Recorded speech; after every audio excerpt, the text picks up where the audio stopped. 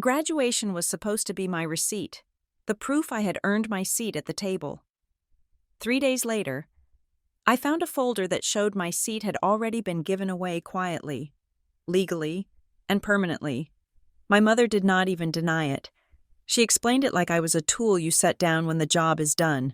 They handed the business to my sister because they thought I would never dare walk away. My name is Mila Knight, standing on the stage at the University of Wisconsin-Milwaukee.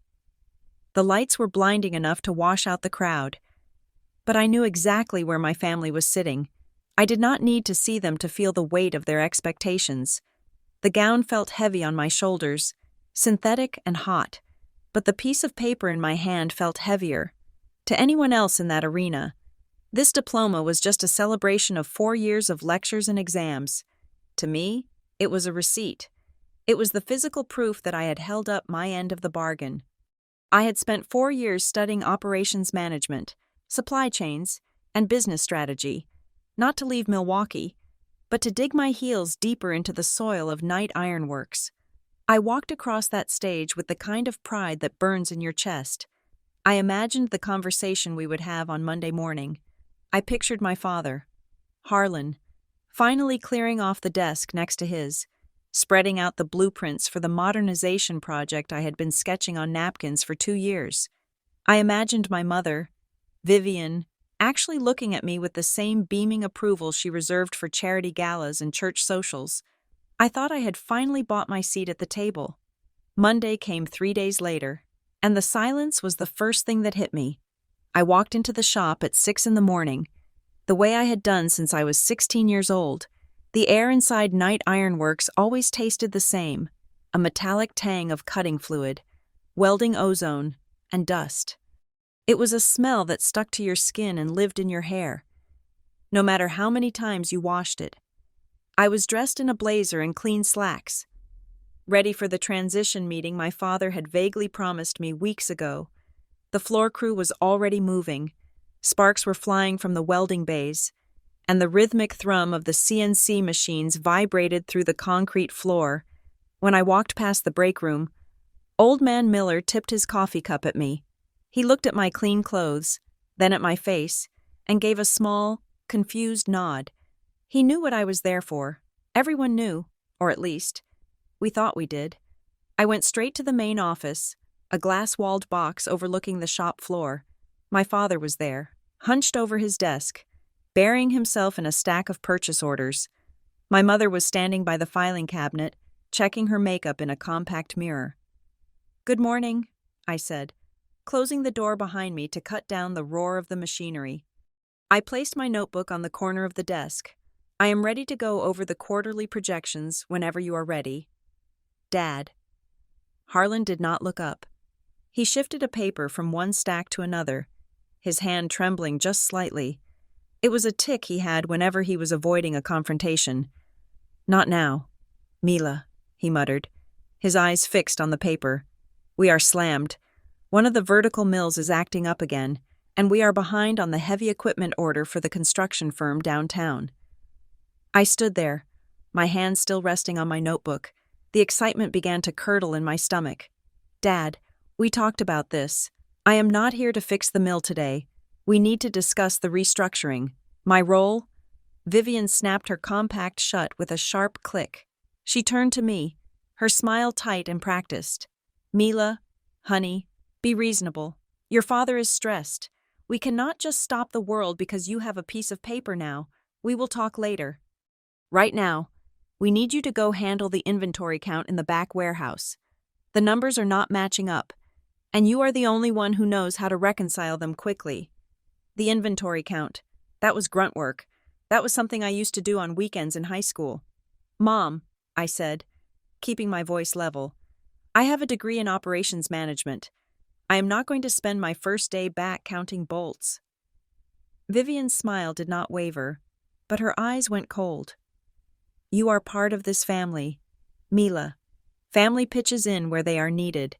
Do not get too big for your britches just yet. Go help your father. We will talk about titles when the work is done." The dismissal was absolute. I looked at Harlan, waiting for him to defend me, to say that I had earned the right to be more than just a gap filler. He just kept staring at his papers, shrinking into his shoulders. "Fine," I said. I took off my blazer, hung it on the back of the door, and rolled up my sleeves. I spent the next 8 hours in the back warehouse, covered in dust, counting inventory until my eyes blurred. It felt like a punishment for asking for what I was owed. By Wednesday, the pattern was set. Every time I tried to bring up the future, I was handed a crisis from the present. A shipment was late, a client was angry, a machine was broken, and every time, I fixed it. I fixed it because that is what I did. I fixed it because I still believed that if I just worked hard enough, if I just proved myself one more time, they would finally see me. It was late afternoon on Wednesday when it happened. The shop floor had quieted down as the first shift clocked out. My father had left early for a golf appointment, leaving his office door unlocked. He had called me 10 minutes prior. His voice rushed and distracted. "Mila, I left the transition folder on my desk," he had said. "Just file it in the cabinet before you leave. Do not let it sit out." My heart had jumped. The transition folder. Finally, he had drawn up the paperwork. He was just waiting for the right moment to present it. I walked into his office, wiping grease from my hands onto a rag. The folder was sitting right in the center of his cluttered desk. It was a thin beige manila folder, unassuming and plain. I picked it up, intending to put it in the filing cabinet as asked, but the label caught my eye. It did not say Mila Knight Employment Agreement. It read, Ownership Transfer and Leadership Realignment. I froze. The shop outside was silent, save for the hum of the ventilation fans. I should have just filed it. I should have done what I was told. But the silence in the room felt heavy, pregnant with something I did not want to know. I opened the folder. The first page was a legal summary. My eyes scanned the legalese, skipping over the defined terms until I hit the section on equity distribution.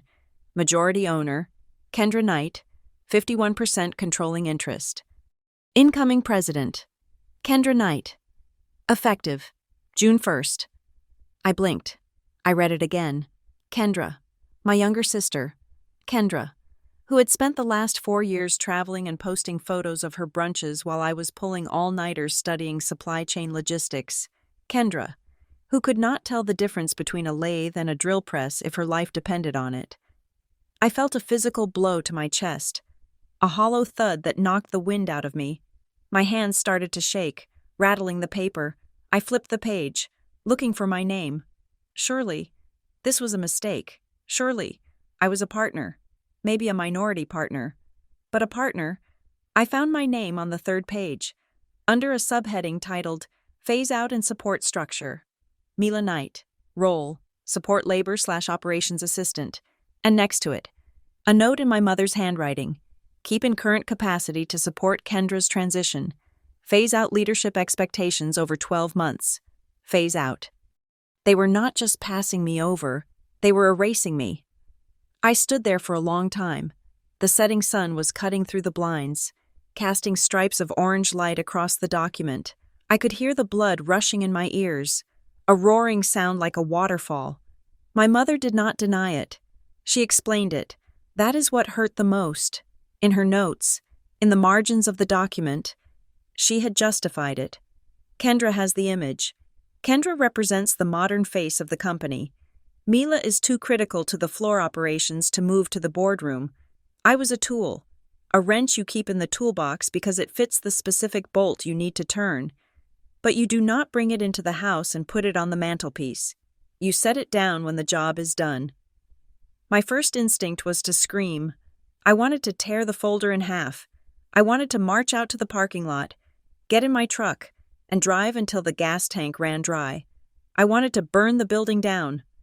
But then, something strange happened. The heat in my chest, that white-hot flare of betrayal, suddenly dropped. It plummeted like a stone into deep water.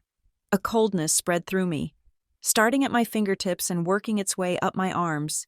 It was an ice calm, a numbness that clarified everything. I looked at the folder one last time. I memorized the dates. I memorized the percentage points. I memorized the way my mother's handwriting looked when she wrote the words, Support Labor, next to my name. Then, very carefully, I closed the folder. I placed it back on the desk, exactly where it had been, aligned perfectly with the edge of the blotter. I did not file it. If he asked, I would say I forgot. I wanted him to see it there tomorrow. I wanted everything to remain exactly as it was. I walked out of the office, turned off the lights, and locked the door. That night, I sat in my small apartment, staring at the wall. I did not turn on the TV. I did not look at my phone. I just replayed the last 10 years of my life in the dark. I thought about the weekends I skipped going to the lake with my friends because the shop was behind schedule. I thought about the Christmas morning I spent doing emergency repairs on the delivery truck because Dad was too cheap to hire a mechanic on a holiday. I thought about the thousands of unpaid hours I had logged, telling myself it was an investment in my own future company. I thought about how every time we landed a big contract, my parents would take Kendra out to dinner to celebrate, while I stayed late to set up the production schedule. They would come back laughing, smelling of wine and expensive steak, and pat me on the shoulder. Good job holding down the fort, Mila. They had never praised me. They had praised the business. They loved the machine, but they did not care about the mechanic. I realized then that I could walk away. I could quit tomorrow. I had the degree. I had the skills. I could go to a competitor and make $10,000 more a year starting salary than I was making now. But if I left now, they would spin the story. They would say I was jealous. They would say I abandoned the family. And worse, the business, my business, the one I had built with my own sweat, would crumble under Kendra's incompetence. And they would probably blame that on me too. No, I was not going to confront them yet. I needed to see how deep this went. I needed to know if the foreman knew. I needed to know if the bank knew. I needed to know exactly how they planned to handle the clients who only trusted me. I slept for maybe 2 hours.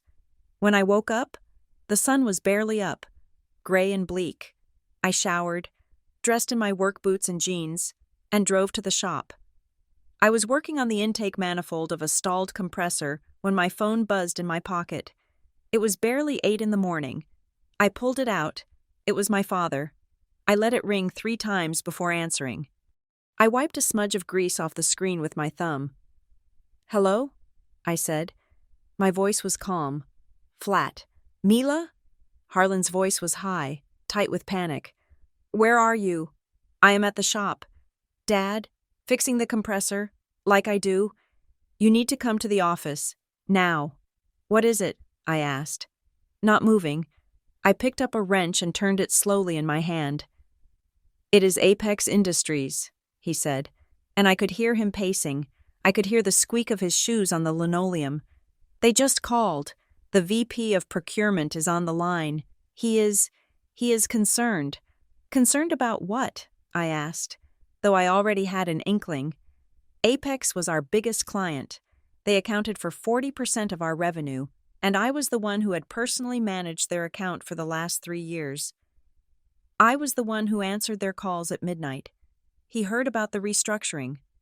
Harlan stammered, "I do not know how. Maybe a vendor leaked it. But he is asking questions. He wants to know who is leading the quality control on the new bridge project. Tell him it is the incoming president," I said, the words tasting like copper in my mouth. "Tell him Kendra has it handled." There was a silence on the other end, a long, suffocating silence. "Mila, please," he whispered. "He specifically asked for you. He said if you are not the lead on this, they are pulling the contract." I stood there in the middle of the shop floor, the phone pressed to my ear, listening to the panic in his breath. I looked around at the machines I kept running, the schedules I organized, the world I held together with nothing but grit and glue. They had handed the title to my sister. They had given her the money, the glory, and the name. But the trust? The actual trust that kept the lights on? That belonged to me. They had built the company's entire reputation on my back, and then they had tried to erase my name from the deed. And now, the weight of that lie was threatening to crush them. "I will be right there," I said softly. I hung up the phone. I did not rush. I put the wrench back in the toolbox. I wiped my hands on a clean rag. I checked my reflection in the polished steel of the compressor housing. I looked tired, but my eyes were clear. They wanted me to save them. One more time. I started walking toward the office, my boots echoing on the concrete. I would save them. But this time, I was going to keep the receipt. Most children grow up in houses. I grew up inside a fabrication shop. By the time I was 7 years old, I knew the difference between the high-pitched whine of a drill bit biting into aluminum and the low, guttural grind of steel being cut. While other kids were learning to ride bicycles on paved driveways, I was learning how to navigate the yellow safety lines painted on the concrete floor of Knight Iron Works. The shop was not just a place where my parents worked. It was a living, breathing organism that consumed our days and haunted our nights. It smelled of sulfur, cutting fluid, and the sharp ozone tang of welding arcs. It was a smell that never washed out of your clothes. It settled into the pores of your skin, marking you as something different, something rougher than the suburban families who lived 3 streets over. My father, Harlan Knight, loved the romance of the shop. He loved the idea of it. When clients came for site visits, men in clean suits with soft hands, my father would transform. He would stand in the center of the bay, gesturing broadly at the sparks flying from the welding stations, and talk about legacy. He would use words like sacrifice and blood and sweat. He would talk about how his father built this place from a single garage with nothing but a hammer and a dream. He was a magnificent storyteller. I would watch him from behind the hydraulic press, wiping grease from my hands, and marvel at how much he believed his own performance. He spoke of the business as if it were a temple and he was the high priest. But I noticed, even back then, that Harlan never had dirt under his fingernails. His work boots were always scuffed just enough to look authentic, but never worn down at the soles like mine were. He was the face of the labor. But I was becoming the hands. My mother, Vivian, did not care about the romance of the metal. She cared about the shine, to Vivian. The shop was a stage, and everything had to be directed. She was the one who designed the logo, a sleek, modern crest that looked nothing like the gritty reality of what we did.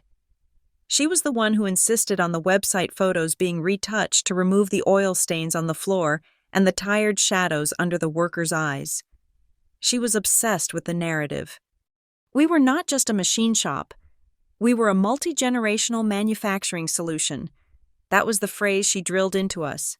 When I was a teenager, if I walked into the front office with grime on my coveralls, she would click her tongue and shoo me out the back door. "We have investors coming." "Mila," she would hiss, checking her reflection in the glass of the reception desk. "We cannot look like a garage operation. Go clean up. Appearance is equity." And then there was Kendra. If I was the raw material, Kendra was the finished product. My younger sister did not walk through the shop. She floated. She would come in after school, her backpack pristine, her hair tied back in a perfect ribbon, and the entire atmosphere of the floor would shift. The men would stop cursing. The foreman would tip his hard hat. She was the bright, shining object that everyone wanted to protect from the dust. Kendra never touched a machine. She was never asked to. While I was spending my Saturday mornings sorting scrap metal into recycling bins, Kendra was at ballet practice or piano lessons. When clients visited, Vivian would bring Kendra out like a trophy. She would smile her perfect, camera-ready smile, shake hands politely, and then be whisked away before the noise became too much for her delicate ears. She was the mascot of Knight Iron Works, the promise of a refined future. I was the engine room, hidden below deck, noisy and essential and entirely unpresentable. I did not resent the work itself. That was the irony. I actually loved it. I loved the logic of it.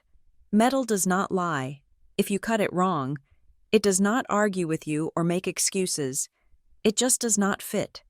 There is a purity in fabrication that I never found in my family. By the time I was 16, I had become the default problem solver. It happened slowly, almost by accident. The shop floor is a place where respect is currency, and you cannot counterfeit it.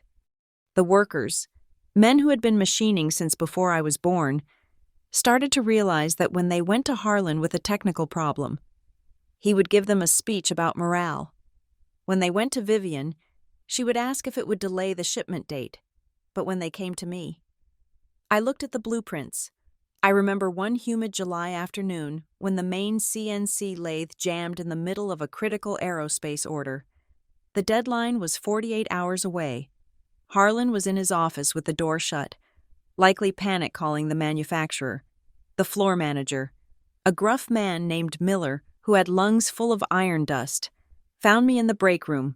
"Mila," he said, clutching a schematic that was smeared with grease. "The turret is not indexing. The sensor is clear, but it keeps throwing an error code. Your dad says to kick it." Basically, I put down my sandwich and walked out to the floor. I did not kick it. I pulled the maintenance manual, traced the wiring diagram, and found a hairline fracture in a relay switch that cost $5 to replace. I soldered a bypass to get it running until the part came in. The machine hummed back to life, a steady, rhythmic thrum that sounded like a heartbeat. Miller clapped a heavy hand on my shoulder. "Good eye, kid," he said. That was it. No speeches, no talk of legacy, just good eye.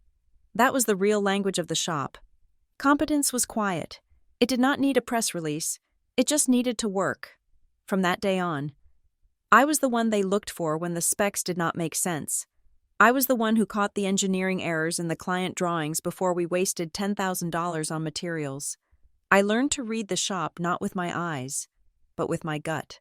I could hear a bearing starting to fail from across the room. I could smell if a motor was running too hot. I became the invisible glue that kept the disasters from becoming headlines. But competence, I learned, is a trap if you are not careful. The more I fixed, the more they expected me to fix. My summers were not spent at the lake or the cinema.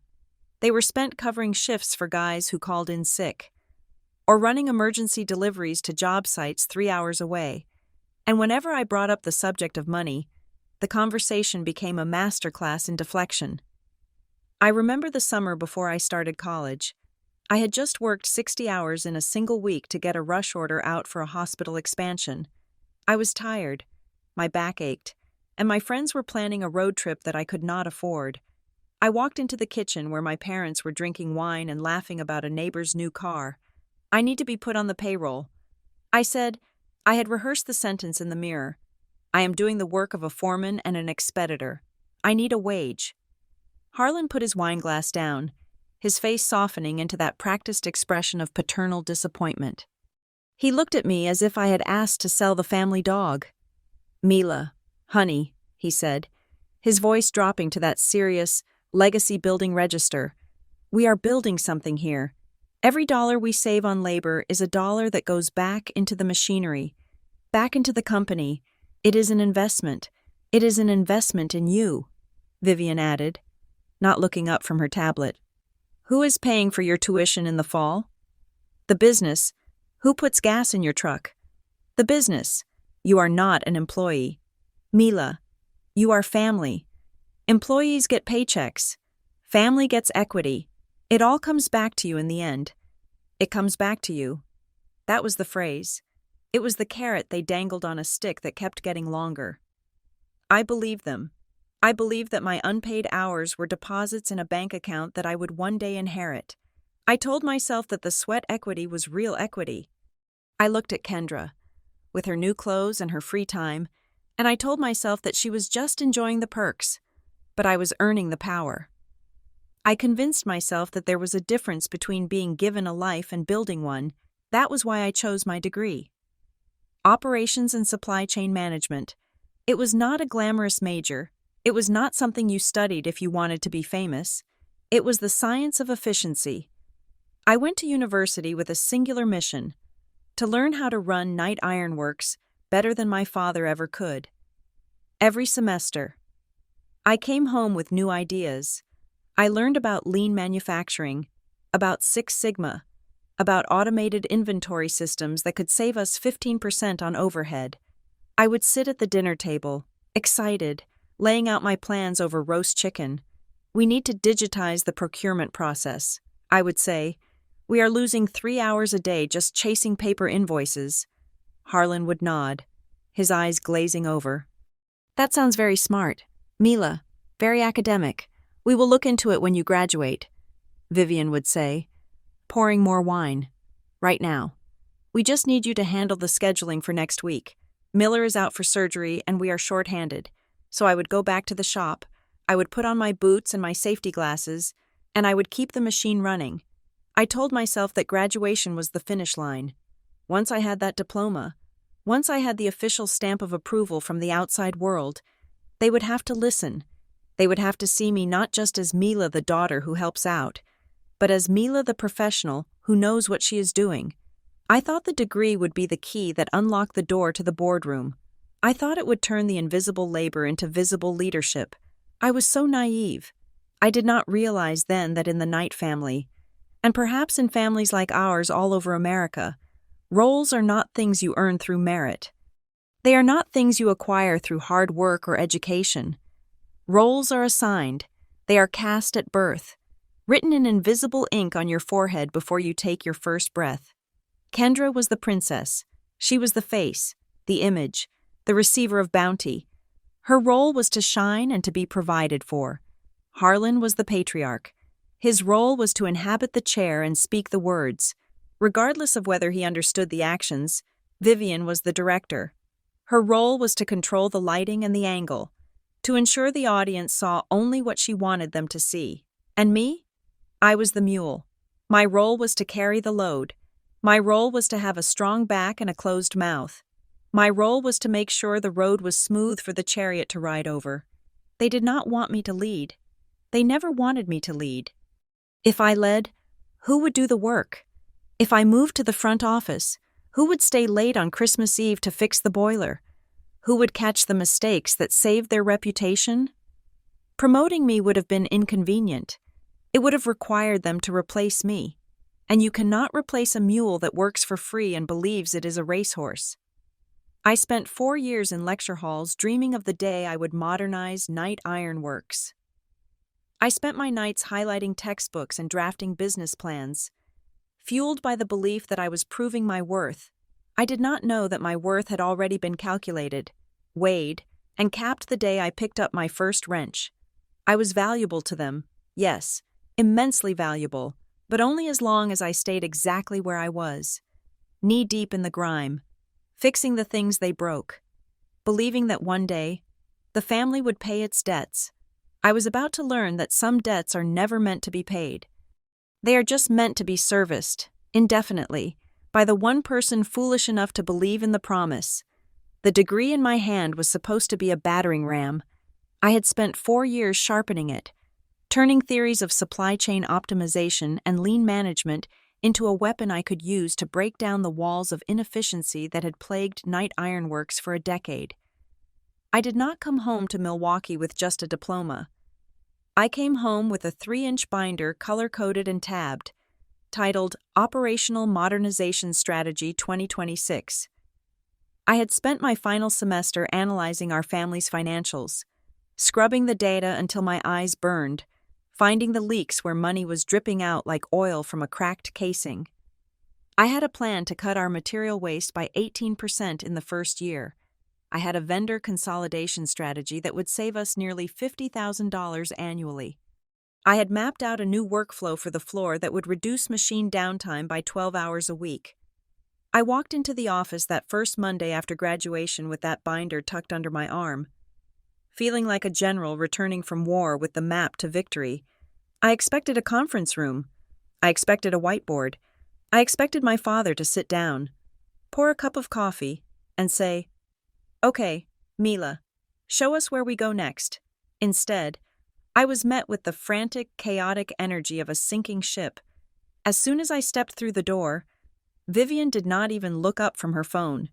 She waved a hand at me, a gesture of dismissal she usually reserved for solicitors. "Mila, thank God you are here," she said, her voice tight. "We are drowning. The fabrication team is backed up on the structural steel order for the stadium project, and nobody has updated the shipping manifest for the last 3 days. Go deal with it." I stood there, the heavy binder pressing against my ribs. "Mom," I said, trying to keep my voice steady, "I have the modernization proposal. We scheduled a strategy meeting for this morning. Remember? I sent the calendar invite 2 weeks ago." Harlan looked up from his desk then. He looked tired, his face gray and drawn, the way it always was when he had promised too many things to too many people. "Not today." "Mila," he said, rubbing his temples, "we are slammed. The new plasma cutter is down, and we are bleeding time. Just handle the manifests. We will look at your school project later." My school project. He said it with the same tone he used to use when I brought home a macaroni art sculpture in the 2nd grade. Dismissive, patronizing, as if the data in my hands, which could literally save his business from the red ink I knew was creeping up the margins, was nothing more than a cute homework assignment. I swallowed the lump of anger in my throat. I placed the binder on the corner of his desk. It made a heavy, solid thud. "I will leave this here," I said. "Read the executive summary, please." I turned around and walked out to the shipping bay. I spent the next 10 hours doing data entry that a high school intern could have done. I printed labels. I called trucking companies. I apologized to angry site managers for delays that were not my fault. And while I worked, covered in dust and sweat, my phone buzzed on the desk next to me. It was a notification from the company's official social media account. I wiped my hands and unlocked the screen. There was a photo posted 20 minutes ago. It showed Kendra standing in front of the very plasma cutter that was currently broken. She was wearing a pristine white hard hat that looked like it had never seen a day of work, and a custom-fitted high-visibility vest that cinched at the waist. She was pointing at nothing in particular, looking off into the distance with a serious, contemplative expression. The caption read, "Vision, Leadership, the Next Chapter. President-to-be Kendra Knight, inspecting the new tech integration. The future of American manufacturing is female. Knight Iron Works. Women in STEM Next Gen." I stared at the screen. Kendra was not inspecting anything. She was posing in front of a broken machine that I had diagnosed 3 hours ago as having a blown fuse bank. She was using our failure as a backdrop for her vanity. I looked up at the shipping bay, at the tired men loading steel beams onto flatbeds, at the grease stains on the concrete, at the reality of the work. Then I looked back at the phone. The photo already had 300 likes. That was the moment the dread started to creep in. It was a cold, sliding sensation in my gut. It was not just that they were ignoring me, it was that they were actively constructing a fantasy. And I was not in the script. Over the next few days, the feeling intensified. It started with small things, technological glitches that felt too specific to be accidental. I went to log into the vendor management portal on Tuesday to renegotiate our steel prices, a key part of my cost-saving plan. The screen flashed red. Access denied. User privileges revoked. I frowned and tried again. Same result. I walked over to the IT manager's office. He was a nervous guy named Dave who had been with us for 5 years. "Dave," I said, leaning into his doorway, "I am locked out of the vendor portal, and I cannot access the executive financial drive anymore. Did the server reset?" Dave did not look at me. He kept his eyes glued to his dual monitors, clicking his mouse frantically. Yeah. Mila. Sorry about that. We are doing a system migration. Security updates. Everyone's permissions are getting shuffled. It might take a few days to sort out." "A few days?" I asked. "Dave, I need that data to do my job." He finally glanced at me, and I saw the guilt written all over his face. He was a terrible liar. "Talk to your mom." "Mila," he mumbled.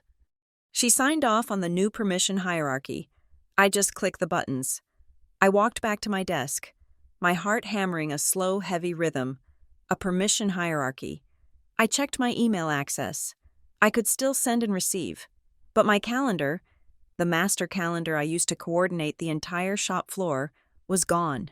In its place was a read-only view.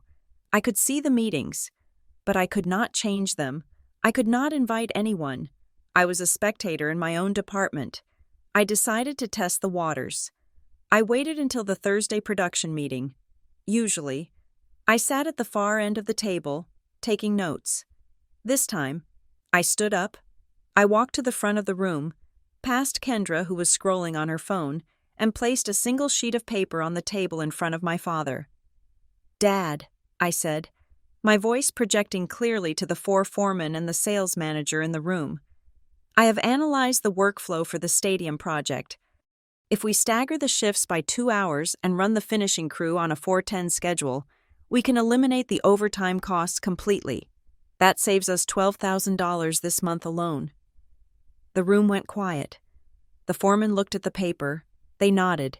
They knew I was right. They knew the math worked. Harlan looked at the paper. He looked at the numbers.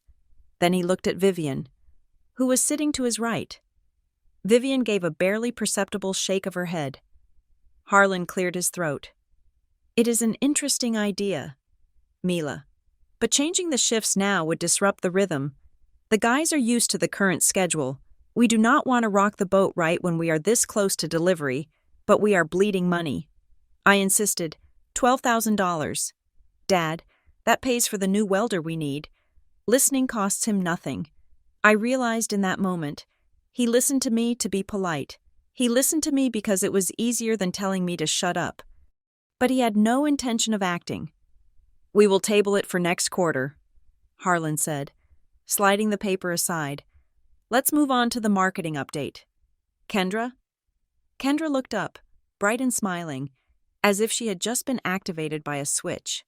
"Yes, so, we have booked a photographer for the new website launch, and I am thinking we need to rebrand the logo to something more eco-industrial. Green is very in right now." I sat down. I watched the foreman exchange looks. The weary, resigned looks of men who knew that green logos did not cut steel. I felt invisible. I felt like a ghost haunting a building I had helped construct. The breaking point came on a Tuesday night, 2 weeks after graduation. It was 11 o'clock at night. My phone rang. It was the night shift supervisor. Barely audible over the sound of grinding metal. "Mila, we have a problem. The specifications for the structural columns on the hospital job, they are wrong. The blueprints say 12 inches, but the client just emailed an addendum asking for 14. We have already cut half the steel at 12. If we ship these, they will reject the whole lot. We are talking a $50,000 mistake." I was in my pajamas. I did not hesitate. I was in my truck 3 minutes later. I drove to the shop, my headlights cutting through the empty streets. When I got there, the mood was funeral. The guys were standing around the stack of cut steel, looking sick. I took over. I did not ask for permission. I went to the office, pulled the digital files, and found the addendum that had been sent 3 days ago, sent to Kendra's email, which she clearly had not checked. I did not scream. I did not waste time blaming. I recalculated the load-bearing requirements. I realized we could save the 12-inch cuts by welding reinforcement plates to the flanges, which would actually exceed the 14-inch spec in terms of strength. I called the client's engineer at midnight, woke him up, and talked him through the solution. He agreed. He signed off on the variance right there on the phone. Then I went to the floor. I put on a welding mask. I grabbed a torch. I worked side by side with the night crew until 6 in the morning, retrofitting the beams. We finished just as the delivery trucks were backing into the bay. I saved the order. I saved the client relationship. I saved the company $50,000 and a lawsuit. I washed up in the bathroom sink, my face gray with exhaustion, grease smeared under my eyes. I walked out to the parking lot as the sun was coming up, passing my father's car as he pulled in. "Good morning, Dad," I said, too tired to stop. "We fixed the hospital order. The variance is signed and filed on your desk." He looked confused, then relieved. "Oh, good. Good work. Mila, go get some sleep." I went home and collapsed. I woke up at 1 in the afternoon. I checked my phone. There was a company-wide email sent by Harlan at 9 in the morning. Subject: Exceptional Leadership. Team, I want to take a moment to recognize the incredible work done last night to save the hospital project. It was a crisis situation, but thanks to the quick thinking and leadership of our management team, specifically Kendra, who oversaw the resolution, we delivered on time. This is the kind of dedication that defines the future of Knight Iron Works. I read it twice. Kendra, who had been asleep in her uptown apartment while I was inhaling welding fumes. Kendra, who had missed the email that caused the problem in the first place. I felt a physical sickness rise in my stomach. It was not just unfairness anymore. It was theft. They were stripping parts off my reputation like scavengers stripping a car, taking the engine and the wheels and putting them onto a vehicle that could not even start. I drove back to the office. I needed to hear them say it. I needed to see their faces when they lied to me. I walked in during lunch. Harlan and Vivian were in the conference room with a client. I could hear Vivian's voice through the glass. Yes, Kendra is really stepping into leadership, Vivian was saying. Her voice was smooth, like warm honey. That hospital crisis last night? She handled it flawlessly. She has such a mind for crisis management. We are so proud. She did not mention my name. Not once. I stood outside the glass. I watched my father nod in agreement. I watched him take credit for the daughter he wished he had, using the labor of the daughter he actually had. I realized then that this was not accidental. It was not just favoritism. It was a structural realignment of reality. They were building a future in rooms I was no longer invited into. They were taking my work, my ideas, my late nights, and my very identity, and they were funneling it all into a vessel named Kendra. I was the fuel. She was the fire. And when the fuel burns out, you do not thank it. You just throw more on the pile. I turned around and walked away from the conference room. I did not storm in. I did not make a scene. The ice calm that had started the day I found the folder was now a glacier, massive and crushing. They wanted Kendra to be the leader? Fine. I went back to my desk. I opened the modernization binder, the one I had been so proud of on Monday. I looked at the pages of savings, the efficiency models, the vendor consolidation plans. I closed the binder. I picked it up. And then, very calmly, I slid it into my backpack. If they wanted the future to be Kendra, they could have it, but they were not going to have my map to find it. Paranoia is a strange thing. At first, it feels like a buzzing in your ear, a mosquito you cannot swat away. You tell yourself it is just your insecurity talking. You tell yourself that you are reading too much into a glance, a pause, a closed door. You tell yourself that your family, despite their flaws, would not actively conspire against you in your own home. But then, the silence starts to have a shape. For the first few weeks after the folder incident, I tried to convince myself that I was the one who was crazy. I told myself the folder was just a draft, a worst-case scenario contingency plan that Vivian had drawn up and Harlan had forgotten to shred. I tried to go back to work, to bury my head in the engine of the company and let the rhythm of the shop floor drown out the suspicion. But the shop had changed. The air had thickened. It started with the conversations. I would walk down the hallway toward the break room to get coffee, the rubber soles of my boots squeaking softly on the linoleum. I would hear voices drifting out from the cracked door of the conference room, Vivian's sharp, articulate tone, Kendra's light, eager laughter, and the low rumble of our corporate attorney. The moment my shadow crossed the threshold of the door frame, the voices would cut off. It was instantaneous, like someone had pulled the plug on a radio. I would walk in, and 3 heads would turn. Vivian would smooth her skirt. Kendra would suddenly become very interested in her fingernails. The attorney would cough and shuffle papers into his briefcase. "Hey, Mila," Kendra would say, her voice too bright, too loud. "We were just discussing lunch options. Lunch options do not require an attorney at 9 in the morning." I would nod, grab my coffee, and walk out. As soon as the door clicked shut behind me, the murmuring would start again. Lower this time, urgent and hushed. It was not just the family. The ecosystem of the business was being rewired around me. For 3 years, I had been the primary contact for Sal, our main sheet metal supplier in Chicago. Sal was an old-school guy. He did not like email. He liked to call and complain about the weather before giving me the best price on galvanized steel because he knew I checked the market rates daily. One Tuesday, I called him to place the monthly order. "Hey, Sal," I said, "it is Mila. I need 40 sheets of the 16 gauge. There was a pause on the line. Mila, Sal said, sounding awkward.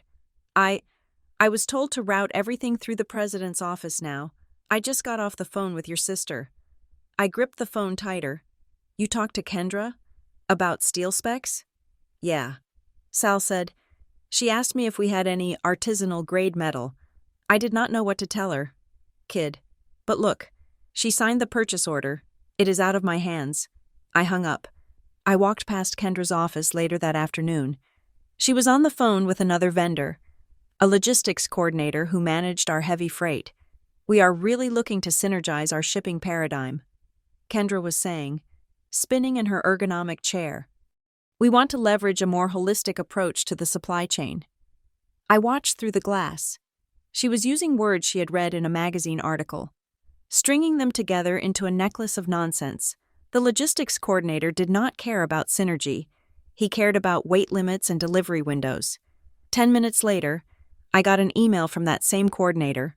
Subject: clarification needed. Mila, your sister just gave me a bunch of word salad. Do you want the truck at Dock 4 or Dock 5? And are we still doing the split shipment? Please advise. I am not asking her again. That became the pattern. Kendra would take the call, claim the authority, and create confusion. Then the problem would quietly land on my desk, stripped of any credit. Demanding a solution. They did not ask me to fix it.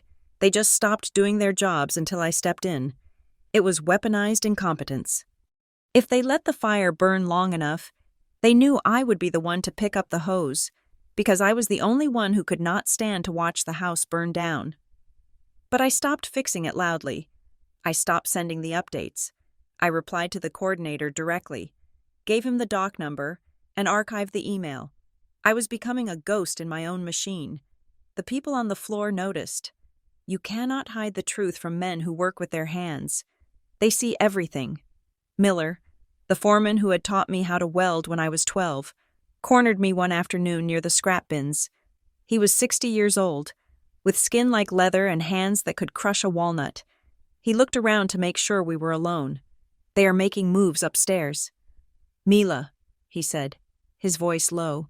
I kept sorting the scrap, tossing aluminum into the recycling crate. I do not know what you mean. Miller, he grabbed my wrist, stopping my hand. Do not play dumb with me. I saw the new organizational chart they posted in the break room. Your name is not on the escalation tree anymore. It goes from floor supervisor straight to Kendra. I stared at the piece of jagged metal in my hand. It is just a chart. Miller, it is not just a chart, he warned. They brought in a locksmith yesterday while you were on the delivery run. They changed the cores on the server room door and the records archive. I asked Harlan about it, and he looked at his shoes. He could not even look me in the eye. I felt a chill that had nothing to do with the drafty warehouse. A locksmith. Watch your back. Kid, Miller said, releasing my wrist. I do not like the look of it. When the suits start locking doors against their own people, it means they are preparing to cut something loose. That night, I stopped trying to convince myself I was paranoid. I started acting like a spy in my own home. I bought a fresh notebook, a small black one that fit in my back pocket. I named it the Shadow Log. I began to document everything. If I fixed a machine, I wrote down the time, the nature of the repair, and the fact that Kendra was at a spa appointment when it happened.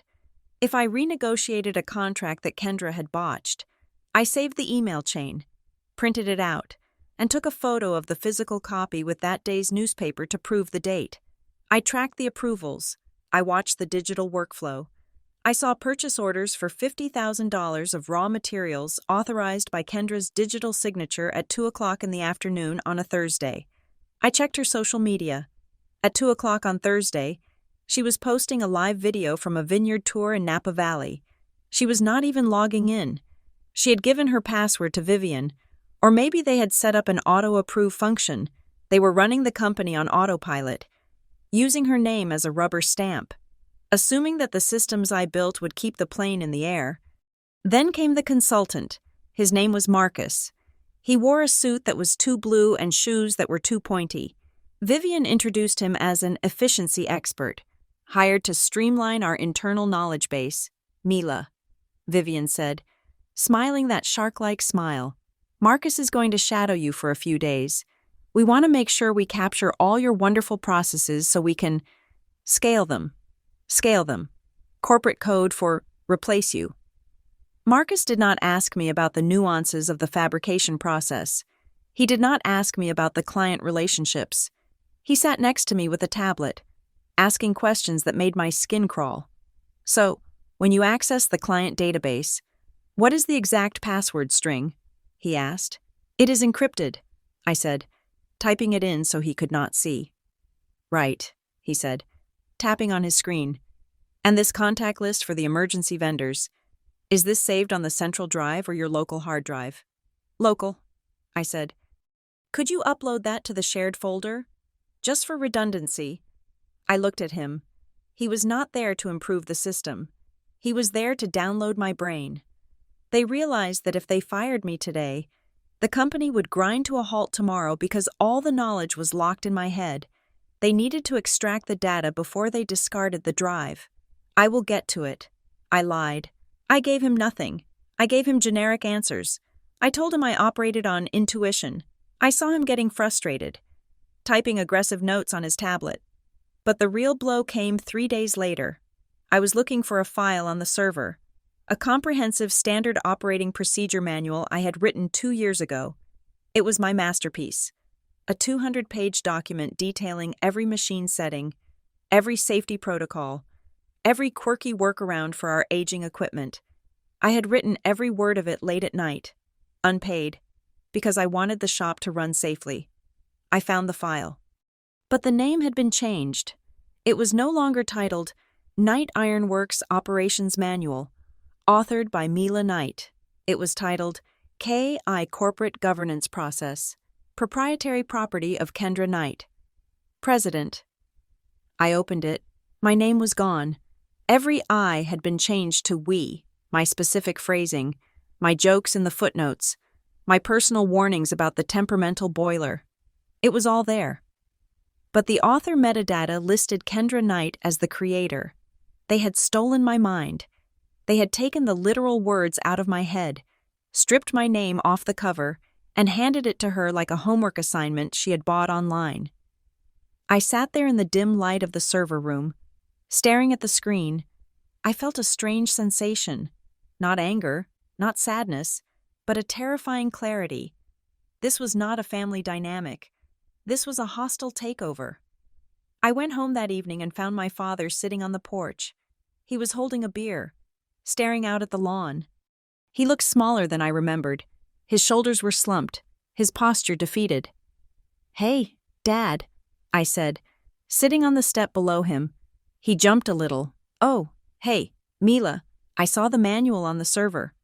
I said quietly, "The one Kendra wrote." Harlan flinched. He took a long sip of his beer. He did not look at me.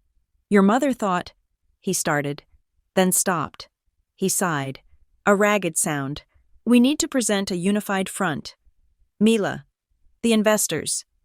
They like the story of the young, female president who knows the business inside and out. It is just branding. You know that. It is a lie." "Dad," I said. He turned the beer bottle in his hands. "It is business. Mila. Sometimes they are the same thing." He looked at me then. For just a second. I saw the misery in his eyes. I saw that he knew exactly what was happening. He knew they were gutting me, but he was tired. He was afraid of Vivian. He was afraid of the conflict. He had made a calculation that his comfort was worth more than my dignity. He looked away, back to the safe, empty lawn. I stood up. I did not scream at him. I did not cry. I realized that pleading with him was useless. You cannot ask for protection from a man who has already surrendered his sword. I went to my room. I locked the door. I took out the shadow log. I opened my laptop. I did not delete the manual they had stolen. That would be petty, and they had backups.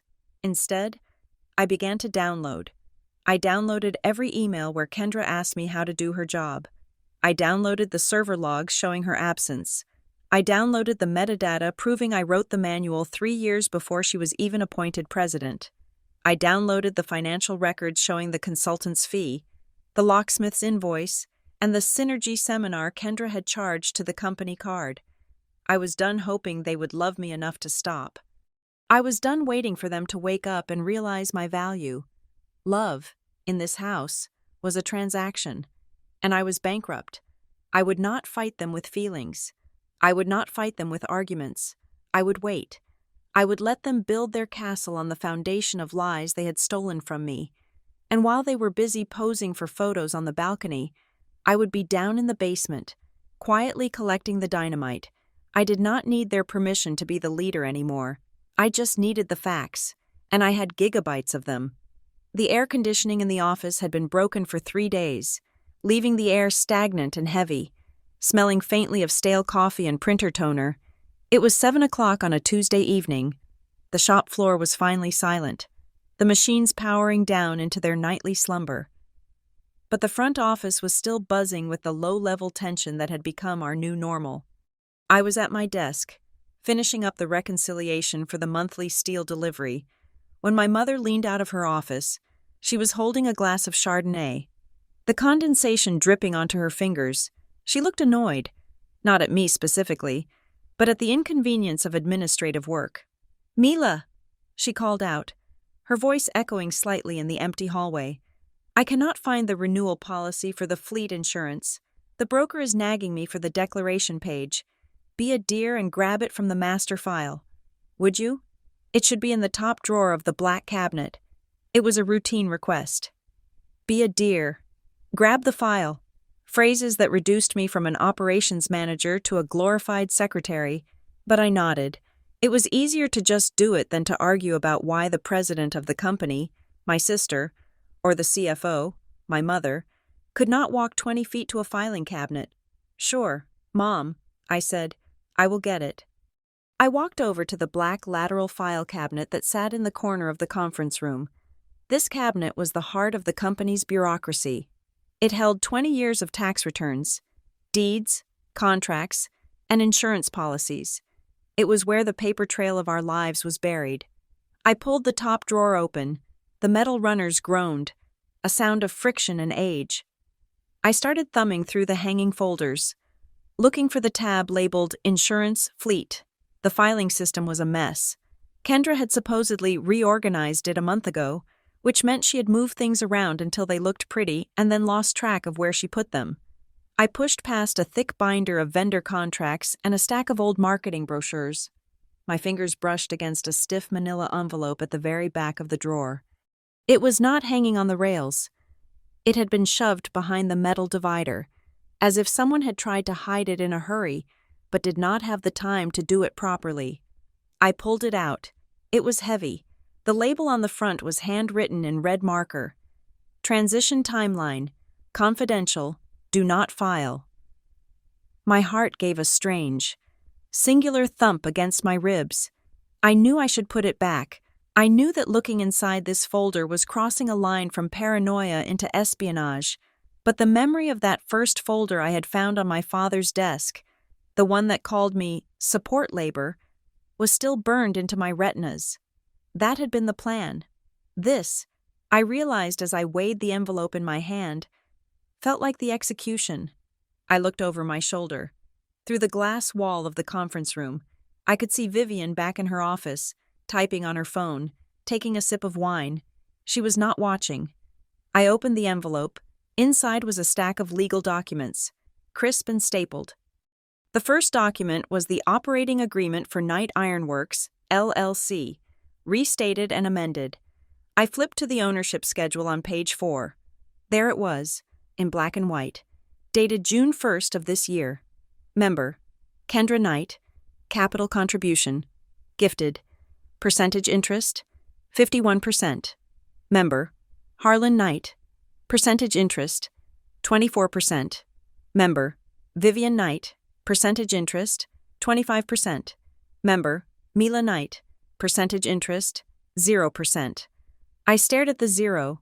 It looked like a hole in the page, a vacuum where my future was supposed to be. I had known this was coming, but seeing it finalized, notarized, and filed was different. It was not just a rejection anymore. It was a legal fact. I had been written out of the company history before I even had a chance to write my name. I turned the page. The next document was titled, Management Structure and Phase-Out Protocol. My eyes scanned the bullet points. It read like an instruction manual for decommissioning an obsolete appliance. Point 1. Mila Knight to be retained as operations lead for a period of 12 months to ensure knowledge transfer to incoming president. Point 2. Mila Knight is to have no executive authority, no check-signing privileges, and no strategic voting rights. Point 3. Compensation to remain at current hourly rate until termination of role in Q3 of next year. Termination of role. They had an expiration date on me. They were keeping me just long enough to drain the knowledge from my head, and then they were going to discard the husk. I felt cold, a deep, shivering chill that started in my marrow. But I kept reading. I had to know the full extent of the betrayal. I reached the bottom of the stack. There was a document on thick, bonded paper. It looked different from the internal agreements. It was a bank document. Commercial line of credit, security agreement, and personal guarantee. I frowned. A line of credit? We had a line of credit with the local bank, but we had paid it down last year. Why was there a new one? I looked at the amount. $750,000. My breath caught in my throat. $750,000. That was a massive loan. That was enough to leverage the entire shop, the land, and the machinery. If they defaulted on a loan that size, the bank would take everything. I scanned the signatories. Borrower, Knight Ironworks, LLC, signed by Kendra Knight, President, and then, below that, was the section for personal guarantors. Usually, for a loan this size, the bank required the owners to pledge their personal assets, their homes, their savings, as collateral. If the business failed, the bank would come for the owners. I saw Harlan's name, I saw Vivian's name, and then, on the third line, I saw my name, Mila Knight. I blinked, trying to clear the sudden blur in my vision. Why was my name there? I owned 0% of the company. I had no equity. I had no authority. Why would I be guaranteeing a loan for a business I did not own? And then I saw the signature. It was a looping fluid script. It had the sharp peak on the M and the long tail on the K that I had developed in high school. It looked exactly like my signature, but I had never seen this document in my life. I touched the ink. It was blue ballpoint, pressed hard into the paper. It was not a photocopy. It was an original wet signature. Someone had sat at a table, perhaps at this very table in the conference room, and practiced my name until they got it right. And then they had signed my life away. The room seemed to tilt sideways. This was not just disrespect. This was not just family drama or favoritism. This was a felony. They had made me a personal guarantor on a $750,000 debt. If Kendra drove the company into the ground, which she was actively doing with every decision she made, the bank would not just take the shop. They would come for me. They would garnish my future wages. They would ruin my credit score. They would take any assets I managed to acquire for the next 20 years. They had locked me into the burning building and stolen the key. I realized then the depth of the trap. They did not just want my labor. They wanted my liability. They wanted me to be the safety net that caught them when they fell, even if the weight of their failure broke my back.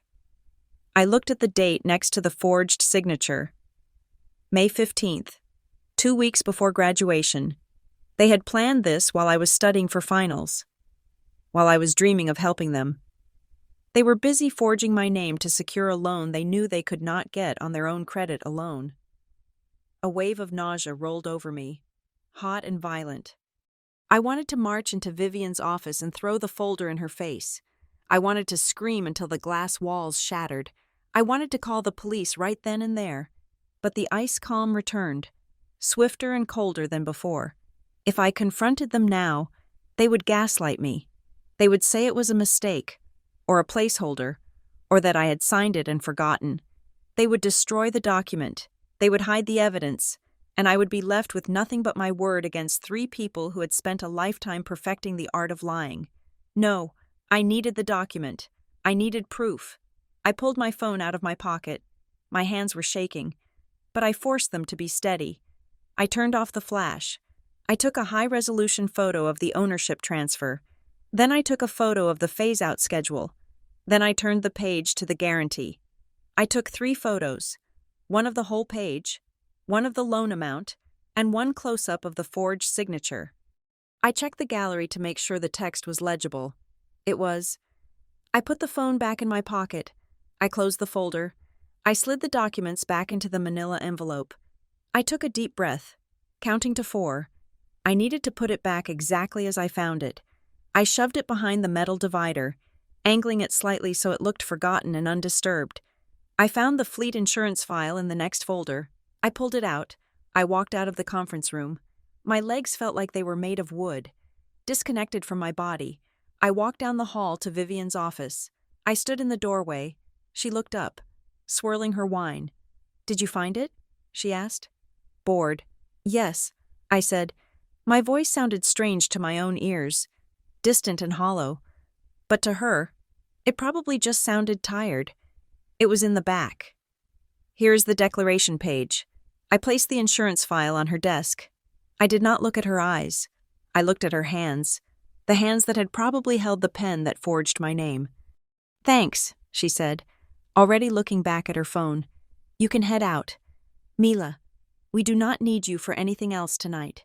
We do not need you." "Oh, you need me. I thought, you need me to pay for your mistakes. I will see you tomorrow," I said. I walked out of the office. I walked through the dark shop floor. I passed the lathe I had fixed. I passed the welding station where I had spent thousands of hours. I looked at the machines and realized they were no longer my friends. They were collateral.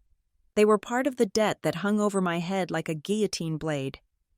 I walked out to my truck. I sat in the driver's seat. I did not turn the key. I just sat there in the silence of the parking lot, staring at the brick wall of the factory. I did not cry. Crying was for people who had hope that things could be fixed with emotion. I was past hope. I was in the realm of survival. I drove home. I went into my apartment. I sat down at my small kitchen table. I took out a legal pad and a pen. I drew a line down the middle of the page. On the left side, I wrote, "What I have given," underneath. I started listing. Item 1, 4 years of university tuition, paid by loans I took out because they said the business cash flow was tight.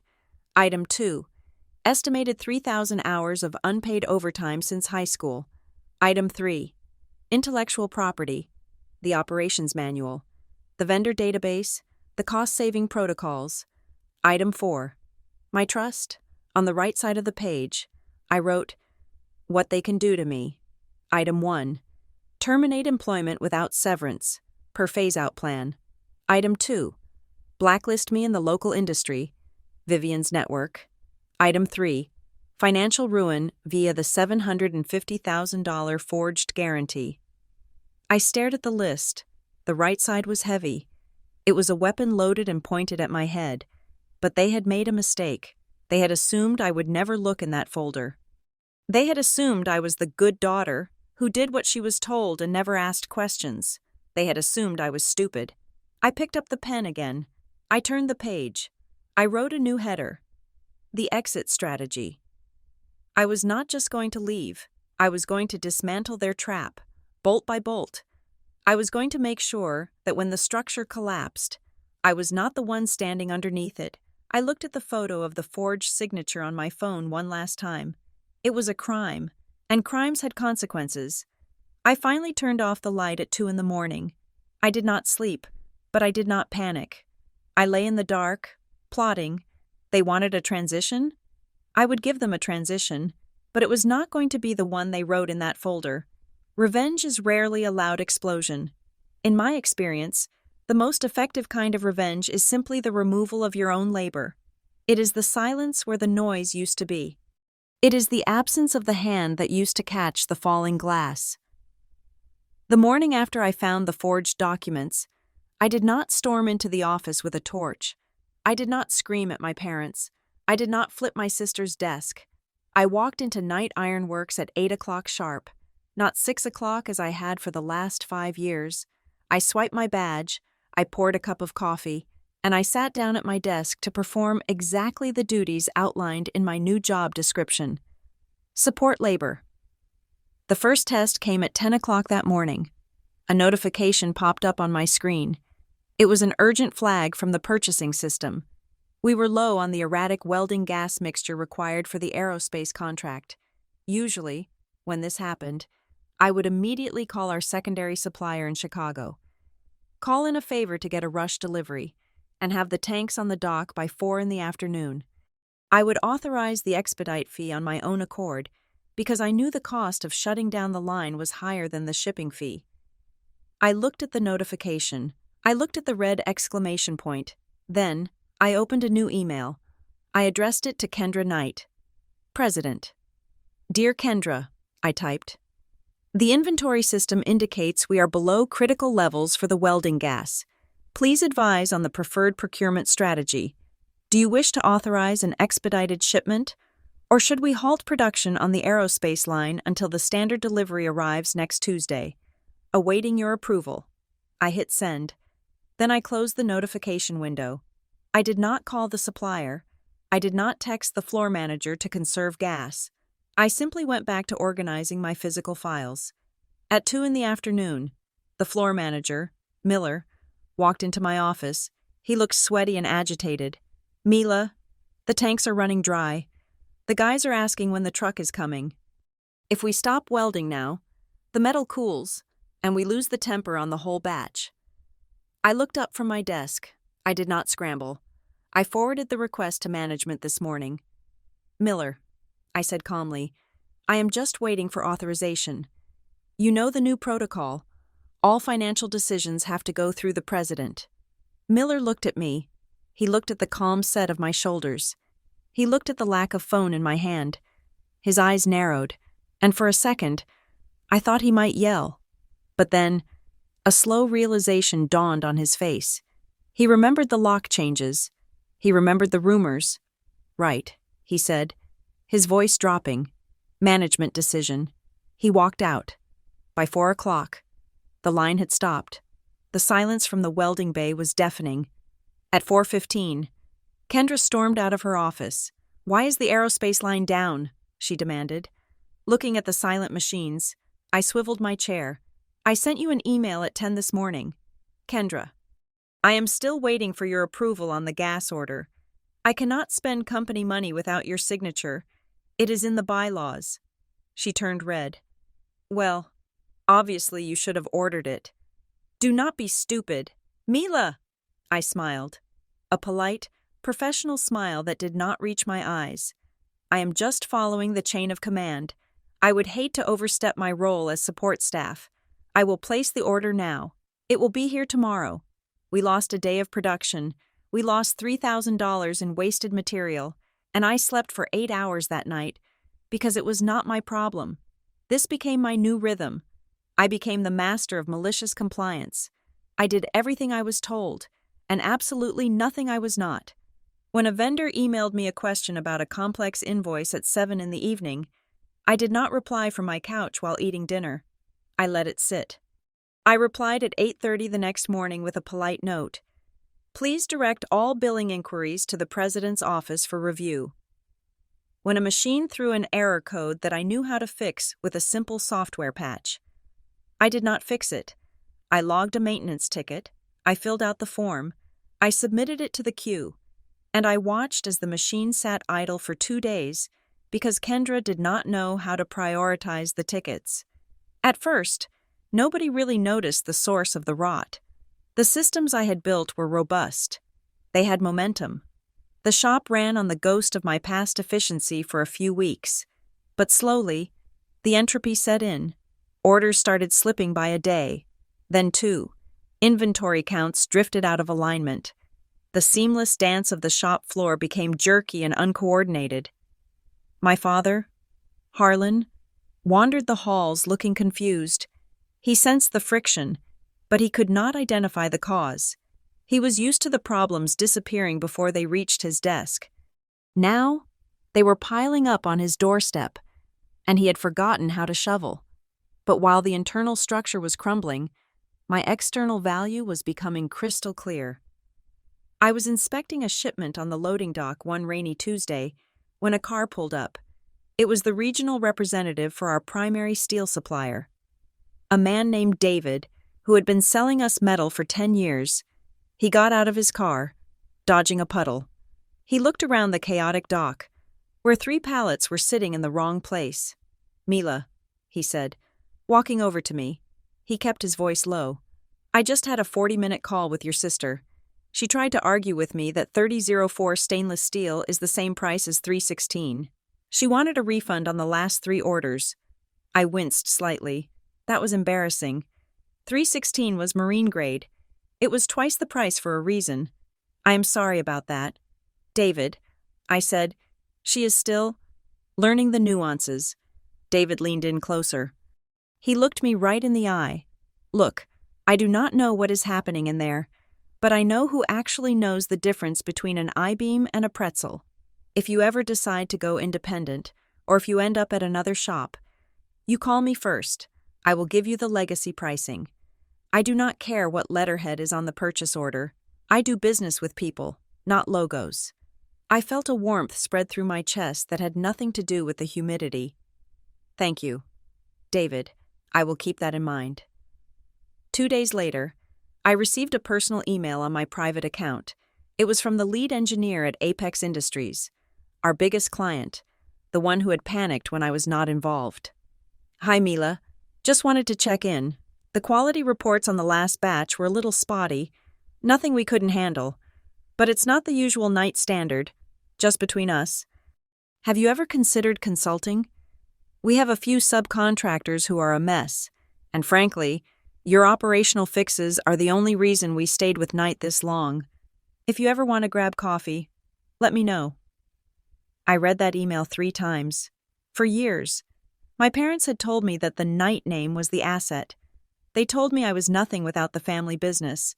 But here were the market forces telling me the exact opposite. The business was nothing without me. My reliability, my competence, my mind. That was the asset, and it was portable. I did not reply immediately. I filed the email in a folder on my personal drive named Leverage. But the most important meeting of that month did not happen on the loading dock or in my inbox. It happened in a small, brick building on the other side of town, in the office of a lawyer named Sarah Jenkins. Sarah was not a corporate shark. She was a small business attorney who specialized in contract law and fraud. I had found her by searching for forged guarantee defense at the library, using a public computer so my search history would not be flagged on the company network. I sat in her office, clutching the printouts of the photos I had taken from the forbidden folder. My hands were sweating. Sarah looked at the photos for a long time. She adjusted her glasses. She magnified the image of the signature on her monitor. "You are absolutely certain you did not sign this?" she asked. Looking up at me, "I am certain," I said. I was in an exam room taking a final for my supply chain logistics class at the timestamp on the notary seal. I have the university records to prove it. Sarah let out a low whistle. She leaned back in her chair. "Mila, this is not just a contract dispute," she said. "This is bank fraud. It is a federal crime. If they submitted this to a federally insured bank, they are looking at serious jail time. And the notary who stamped it? They are in deep trouble too." I felt a shiver of fear, but also a surge of power. "What does that mean for me?" "It means you have a nuclear option," Sarah said. "If this document is proven to be forged, the personal guarantee is void. You are off the hook for the $750,000. But more than that, if you report this to the bank will likely call the loan immediately. They will freeze the company's assets. It would likely bankrupt the business overnight." I sat with that. I held the power to destroy everything my grandfather had built. I held the power to send my mother and sister to prison. I do not want to put them in jail. I said quietly, "I just want out. I want what is mine, and I want to leave without this debt hanging over my head." Sarah nodded. "Then we use it as a shield. not a sword. Yet, we draft an affidavit stating the forgery. We hold it in reserve. When you are ready to leave, we present it to them. It is your leverage for a clean break. If they refuse to release you from the guarantee voluntarily, we threaten to go to the bank. They will have to refinance or pay off the loan to get your name off it, or face criminal charges. She looked at me with a serious expression. But you need to be ready. Mila, once you pull this trigger, there is no going back to Sunday dinners. This is war. I am ready, I said. The Sunday dinners stopped tasting good a long time ago. I hired her on the spot. I paid her retainer from my personal savings account. Money I had scraped together from birthday checks and side jobs. Money my parents did not know I had. The next 2 weeks were a covert operation. I began building my exit plan with the precision of a military campaign. I bought a high-capacity external hard drive. Every evening, after the office had cleared out, I backed up my work. I saved the original templates I had created for the inventory tracking. I saved the cost analysis spreadsheets that were my intellectual property. I saved the contact lists for every reliable welder, machinist, and driver in the tri-state area. I saved the emails where clients praised my specific interventions. I was not stealing company secrets. I was reclaiming my professional soul. They could keep the machines. They could keep the building. But they could not keep the systems I had invented to make those things profitable. I cleaned out my personal files. I took my diploma off the wall and put it in my trunk. I slowly moved my books, my mugs, my spare boots out of the office, one item at a time, so the space wouldn't look empty too quickly. I was hollowing out my presence, leaving behind only a shell that looked like an employee but contained no loyalty. The climax came on a Friday afternoon. Exactly 6 weeks after graduation, the shop was in chaos. The wrong steel had been delivered for the bridge project because Kendra had misread the code. The main press was down because a maintenance ticket had been ignored for 3 days, and now the client was on the phone, screaming. I was in the break room, calmly eating an apple. When my phone rang, it was my father. Mila, please, he sounded breathless, like he had been running. You have to come to the front office. The client is threatening to pull the contract. I need you to talk to them. I need you to explain the technical delay. You are the only one who can smooth this over. I chewed a piece of apple. I swallowed slowly. I remembered the folder. I remembered the support labor title. I remembered the 0% equity. I remembered the forged signature that could ruin my life. Dad, I said, my voice steady and cool. Contrasting with the heat of his panic, I am just support labor. I do not have the authority to speak to clients on strategic matters. That is a leadership role. Mila, stop it, he yelled. This is the business. This is our livelihood.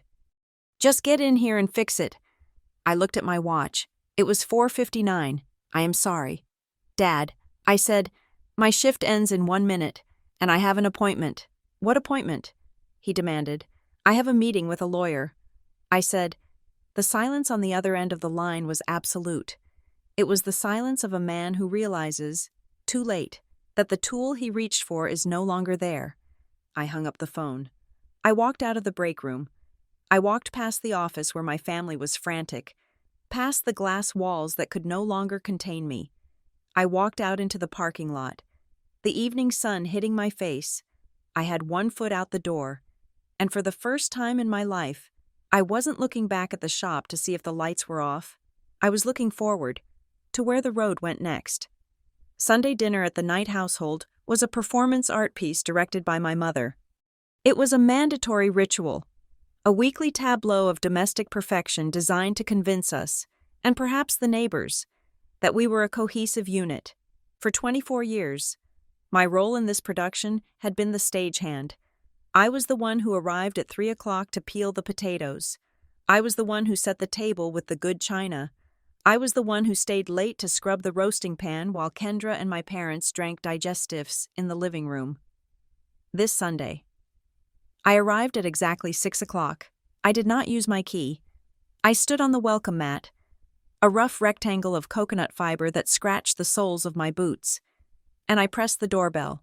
I heard the chime echo inside, a cheerful, artificial sound that felt like a lie. When my father opened the door, he looked confused. He was wearing his Sunday cardigan, the one with the suede elbow patches, holding a glass of scotch that looked mostly empty. "Mila?" he said, blinking. "Why did you ring? You have a key." I lost it. I lied smoothly. I walked past him into the foyer. I did not take off my jacket. I did not head for the kitchen to check on the gravy. I walked straight to the dining room and took my seat at the far end of the table, the spot usually reserved for guests who were not expected to stay long. Vivian came out of the kitchen, wiping her hands on a linen towel.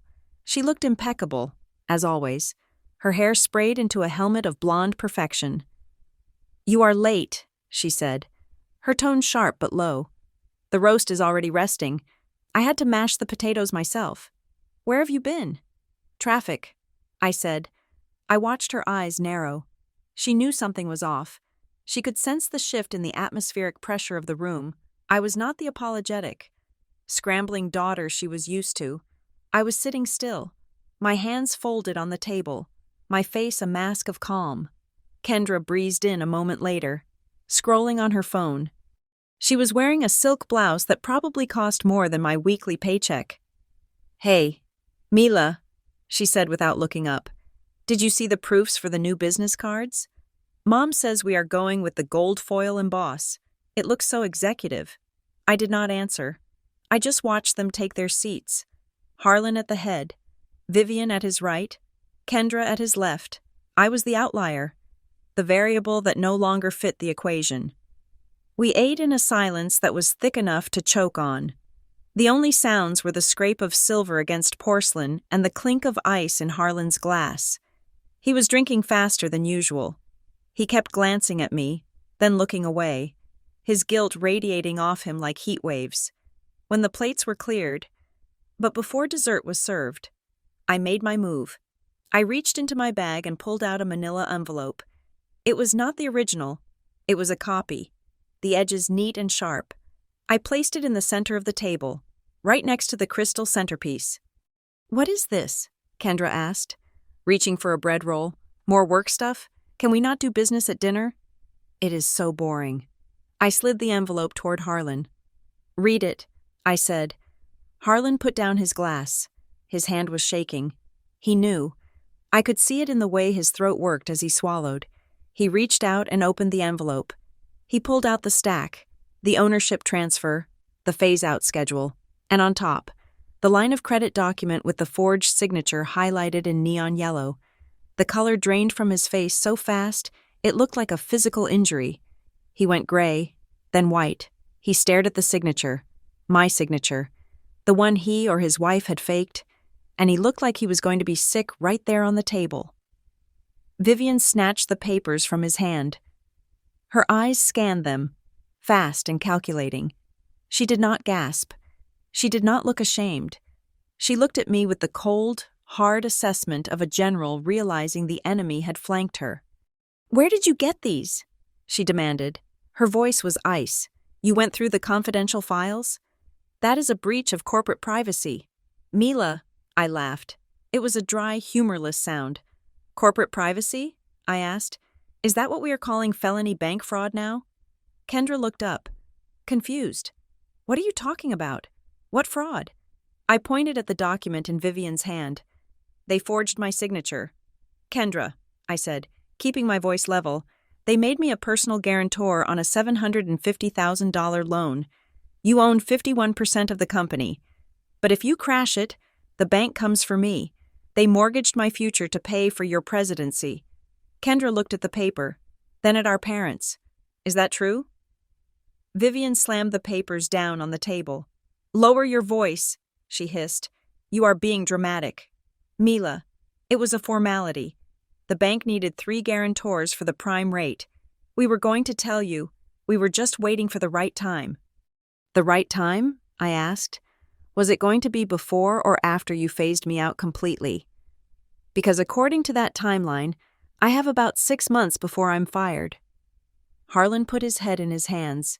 "Mila, please, it is not like that. We are not firing you. We are just restructuring." I looked at him, a man I had idolized for 20 years, a man who had taught me how to measure twice and cut once. He was broken. He was a coward who had let his wife draft the blueprints for his daughter's destruction. I have one question, I said, looking directly at Vivian. Just one. When were you planning to tell me?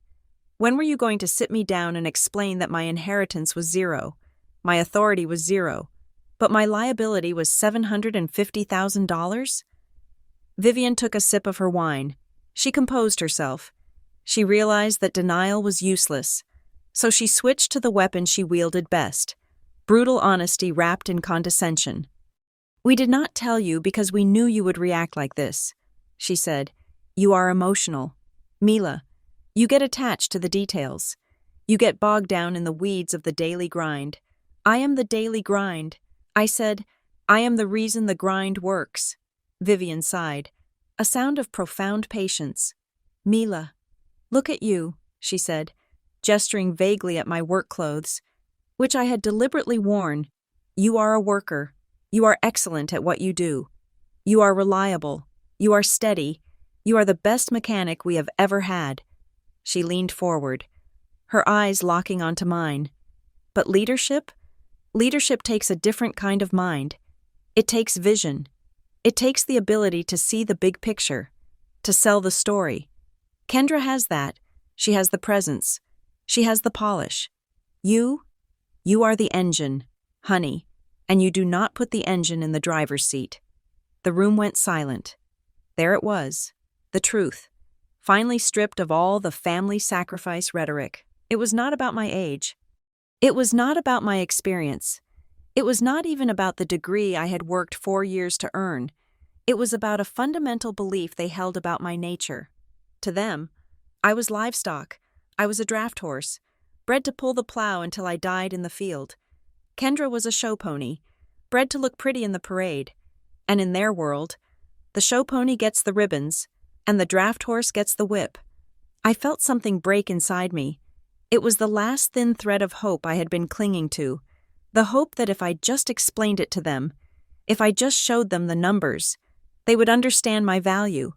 They understood my value perfectly. They just didn't believe it made me worthy of respect. They thought I was useful, but they did not think I was a person. I stood up. My chair scraped loudly against the hardwood floor. I am not an engine. I said quietly, I am the only person in this room who knows how to run the business you just stole. Vivian rolled her eyes. Oh, please, sit down. We can discuss a salary adjustment if that is what this is about. We can give you a title. Director of Operations. Does that make you feel better? Before I could answer, before I could tell her exactly where she could shove her title, Harlan's phone buzzed. It was sitting on the table, vibrating against the wood. The screen lit up. Harlan glanced at it. He froze. It is Apex, he whispered. It is the VP of Procurement, calling at 7 on a Sunday?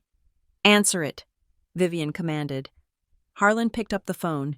He stood up and walked to the corner of the room, turning his back to us. Hello? Harlan said, his voice shaking. Yes, this is Harlan. Yes, I understand. Wait, please, let me explain. I watched his back. I saw his shoulders hunch up. I saw him grip the phone so hard his knuckles turned white. No, I assure you, we are fully capable of... Harlan stopped. He listened for a long time. Then he said, simply, I see. He turned around. He looked pale, like a man who had just seen a ghost. He walked back to the table and put the phone down. He looked at me. What? Vivian snapped. What did they want? They are pulling the contract, Harlan said, his voice hollow. They are canceling the bridge project, and they are reviewing the master service agreement for next year. What? Kendra shrieked. They cannot do that. That is $3 million. That is half our revenue. They said the quality control has dropped below acceptable standards, Harlan said, staring at me. They said the communication has been inconsistent. They said, he swallowed hard. They said they have lost confidence in the current leadership structure. Vivian slammed her hand on the table. That is ridiculous. Kendra has been sending them updates every week. He said the updates are fluff. Harlan said, he used the word fluff. He said they need technical assurance. He looked at me again. His eyes were wide, pleading, wet with fear. He asked for you, Mila, by name. He said the only way they will reconsider is if you are the project lead.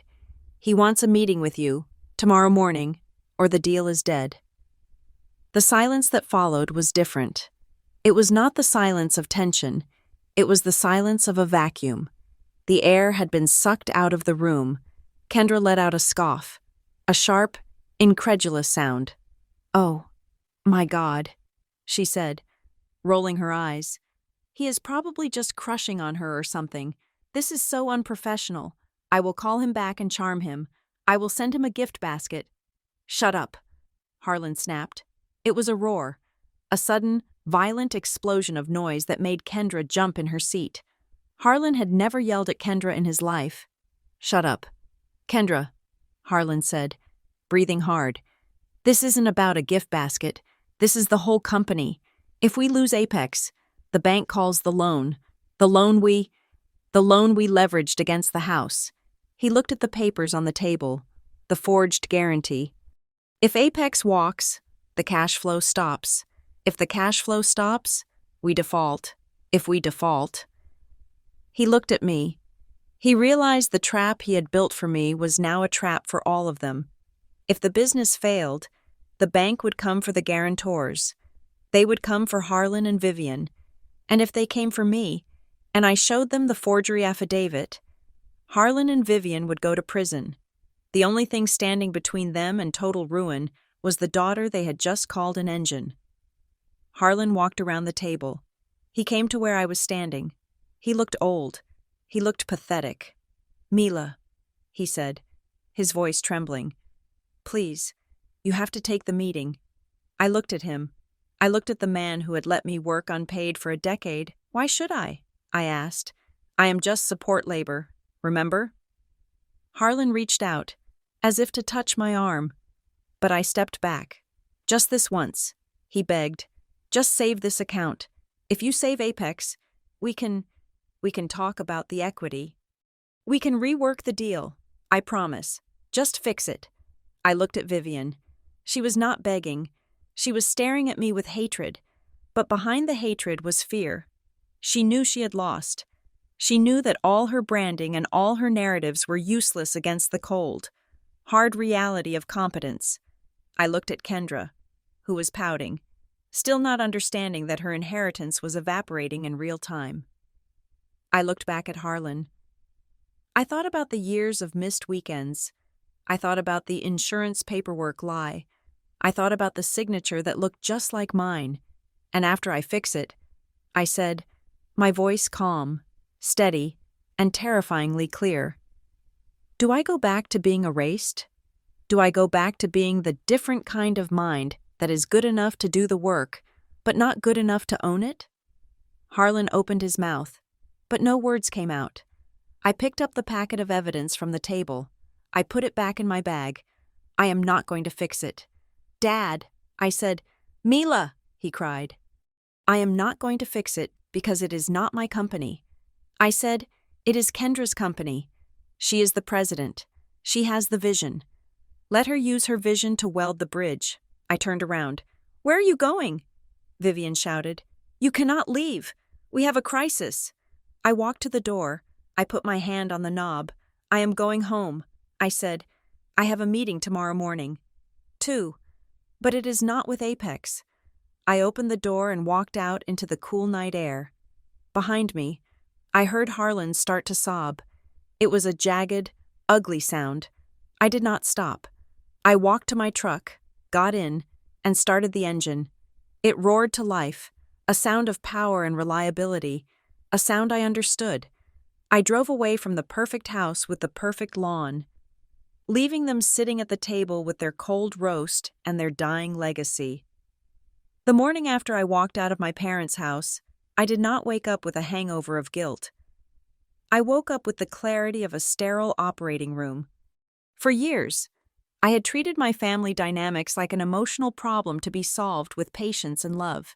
Now, I saw it for what it truly was: a breach of contract. I sat at my kitchen table at 7 in the morning. The sun was hitting the linoleum. Bright and indifferent, I opened my laptop. I did not check my personal messages. Though I could see the notification bubbles piling up, missed calls from Harlan, hysterical texts from Vivian, I ignored them. I opened a new email draft. I addressed it to Harlan Knight, Vivian Knight, and Kendra Knight. I carbon copied my personal attorney, Sarah Jenkins. Subject: Notice of service cessation and terms for future engagement. I typed the body of the email not as a daughter, but as an independent contractor. Effective immediately.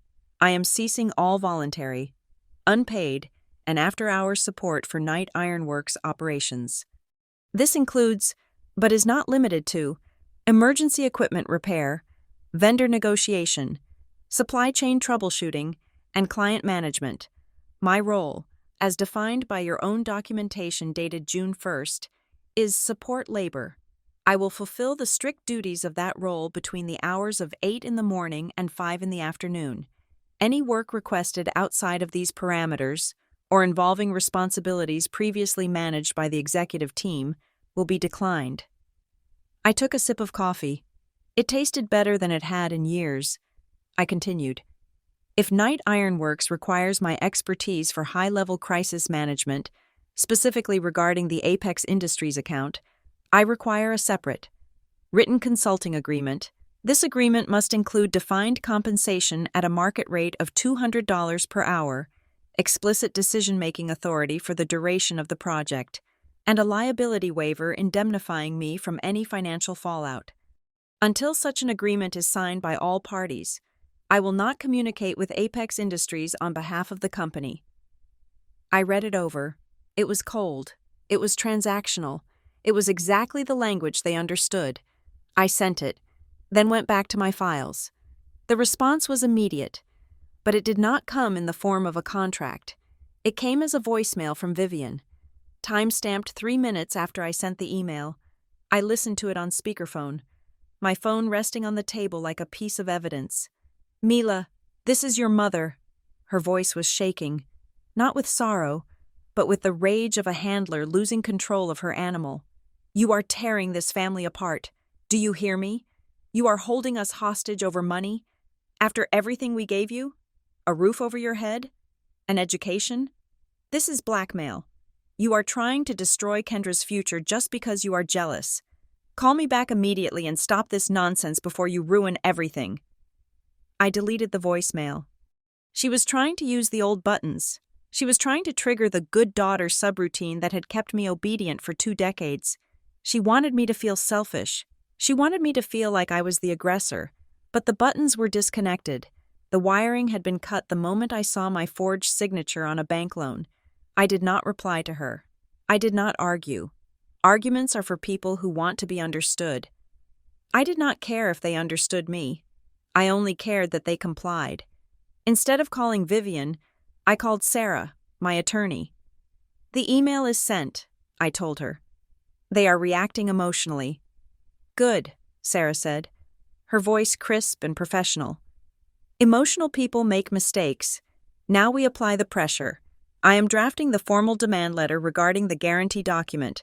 We are going to ask for the chain of custody on that signature." "What does that entail?" I asked. "We are going to ask for the name of the notary public who stamped it," Sarah explained. "We are going to ask for the physical location where the signing allegedly took place. We are going to ask for a copy of the driver's license that was used to verify your identity. If they forged it, they either used a fake ID or they paid off a notary.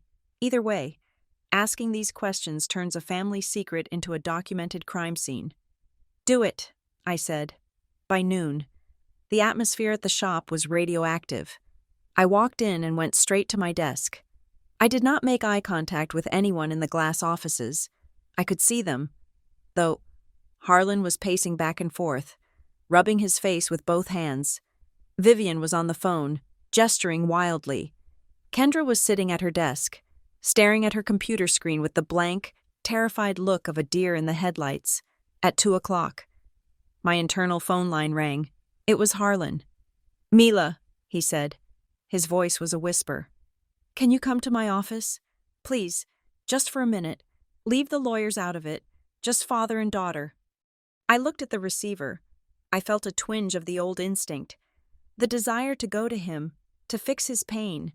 But then I remembered the folder. I remembered that he had stood by and watched while Vivian planned my erasure. "I cannot do that. Harlan," I said. I used his first name. It felt like a slap, but a necessary one. "All communication regarding my employment terms or the financial structure of the company must go through my counsel. Sarah has already sent you a letter. Have you read it? Mila, honey, you are talking about notaries and fraud." He choked out. "You are talking about the police. You cannot do that to your mother. You cannot do that to us." "I did not do it," I said calmly. "You did. You signed the document, or you watched her sign it. If there is nothing to hide, then answering the questions should be easy. I have work to do. Harlan." I hung up. I saw him through the glass. He slowly lowered the phone, looking at it as if it had bitten him. He sank into his chair, a man collapsing under the weight of his own avoidance. Structure. That was the weapon. For years, they had used the structure of family to exploit me. The undefined hours. The blurred lines between duty and employment. Now, I was using the structure of the law to protect myself. Boundaries were not just lines in the sand. They were electric fences. An hour later, my cell phone buzzed. I expected another attack from Vivian, but the number was not family. It was a Washington, D.C., area code. I answered. "This is Mila. Mila, this is Robert Thorne from Apex Industries," a deep, familiar voice said. My stomach dropped. This was the VP of Procurement, the man who was currently canceling our biggest contract. I assumed he was calling to yell at me, or perhaps to ask why I wasn't in the emergency meeting Harlan had tried to beg me into. "Mr. Thorne," I said, keeping my voice professional. "I assume you are looking for Kendra. I can transfer you." "I am not looking for Kendra," he interrupted. "I am looking for you. Are you free to meet?" "Not at the shop. I am in town to oversee the transition of our account to a new vendor. I am at the coffee shop on 3rd Street. Can you be there in 20 minutes? I hesitated. "Mr. Thorne, I must inform you that I'm currently in a dispute with the ownership of Knight Iron Works. I cannot represent the company or negotiate on their behalf." "I know," he said. "That is why I want to see you. This isn't about Knight Iron Works. It is about you." I left the shop. I did not tell anyone where I was going. I walked into the coffee shop 20 minutes later. Robert Thorne was sitting at a back table, wearing a charcoal suit that looked like it cost more than my car. He had a file in front of him. I sat down. "Mr. Thorne." "Mila," he said. Nodding, he did not smile, but his eyes were not hostile. They were assessing. "I will get straight to the point. We are pulling the contract from Knight. That decision is made. The quality control has slipped. The communication is a disaster. And frankly, your sister tried to sell me on synergy when I asked about tensile strength ratings. I do not have time for amateurs." I nodded slowly. "I understand. However," he continued, tapping the file, "I have 3 years of emails from you. I have the retrofitting logs from the hospital project. I have the incident reports where you saved our schedule by rerouting the logistics at 3 a.m. He opened the file. It was full of my work, my timestamps, my solutions. "We work with a partner organization called North Pine Fabrication Group," Thorne said. "They are a Tier 1 supplier, operating out of Chicago and Milwaukee. They manage projects 10 times the size of what your father does. They are looking for a regional director of operations." I stared at him. "Director?" "I showed them your file," Thorne said. "I told them that you were the ghost in the machine at night. I told them that if they want the Apex account to run smoothly in this region, they need the person who actually understands the specs." He slid a paper across the table. It was not a job application. It was an offer letter. The starting salary is $140,000 a year, Thorne said casually, plus benefits, stock options, and a signing bonus. You would report directly to the VP of Manufacturing. No family politics, no support labor, just the work. I looked at the number. $140,000. It was triple what my parents were supposedly saving for me in equity. It was real money, clean money. Why? I asked. Why go to this trouble for me? Thorne leaned back. Because good operators are rare. Mila, people who can actually fix things are worth their weight in gold. Your family thinks they are the gatekeepers to your future. They think you need their name to exist in this industry. I am here to tell you that the industry does not care about the name Knight. We care about the results, and you are the one who delivered them. I felt a lump in my throat. But it wasn't sadness. It was the sudden release of a pressure I hadn't realized was crushing me. I have a non-compete clause, I said automatically. In my original employment contract, Thorne laughed. We had our legal team look at the standard Knight employment agreement. It is unenforceable in this state because you were never given adequate consideration, meaning they didn't pay you enough to justify restricting your trade. And considering you are currently support labor, a non-compete wouldn't apply to a director role. It's a different job class. He took a sip of his coffee. Plus, if they try to sue you, I imagine you have some leverage of your own to make them back down.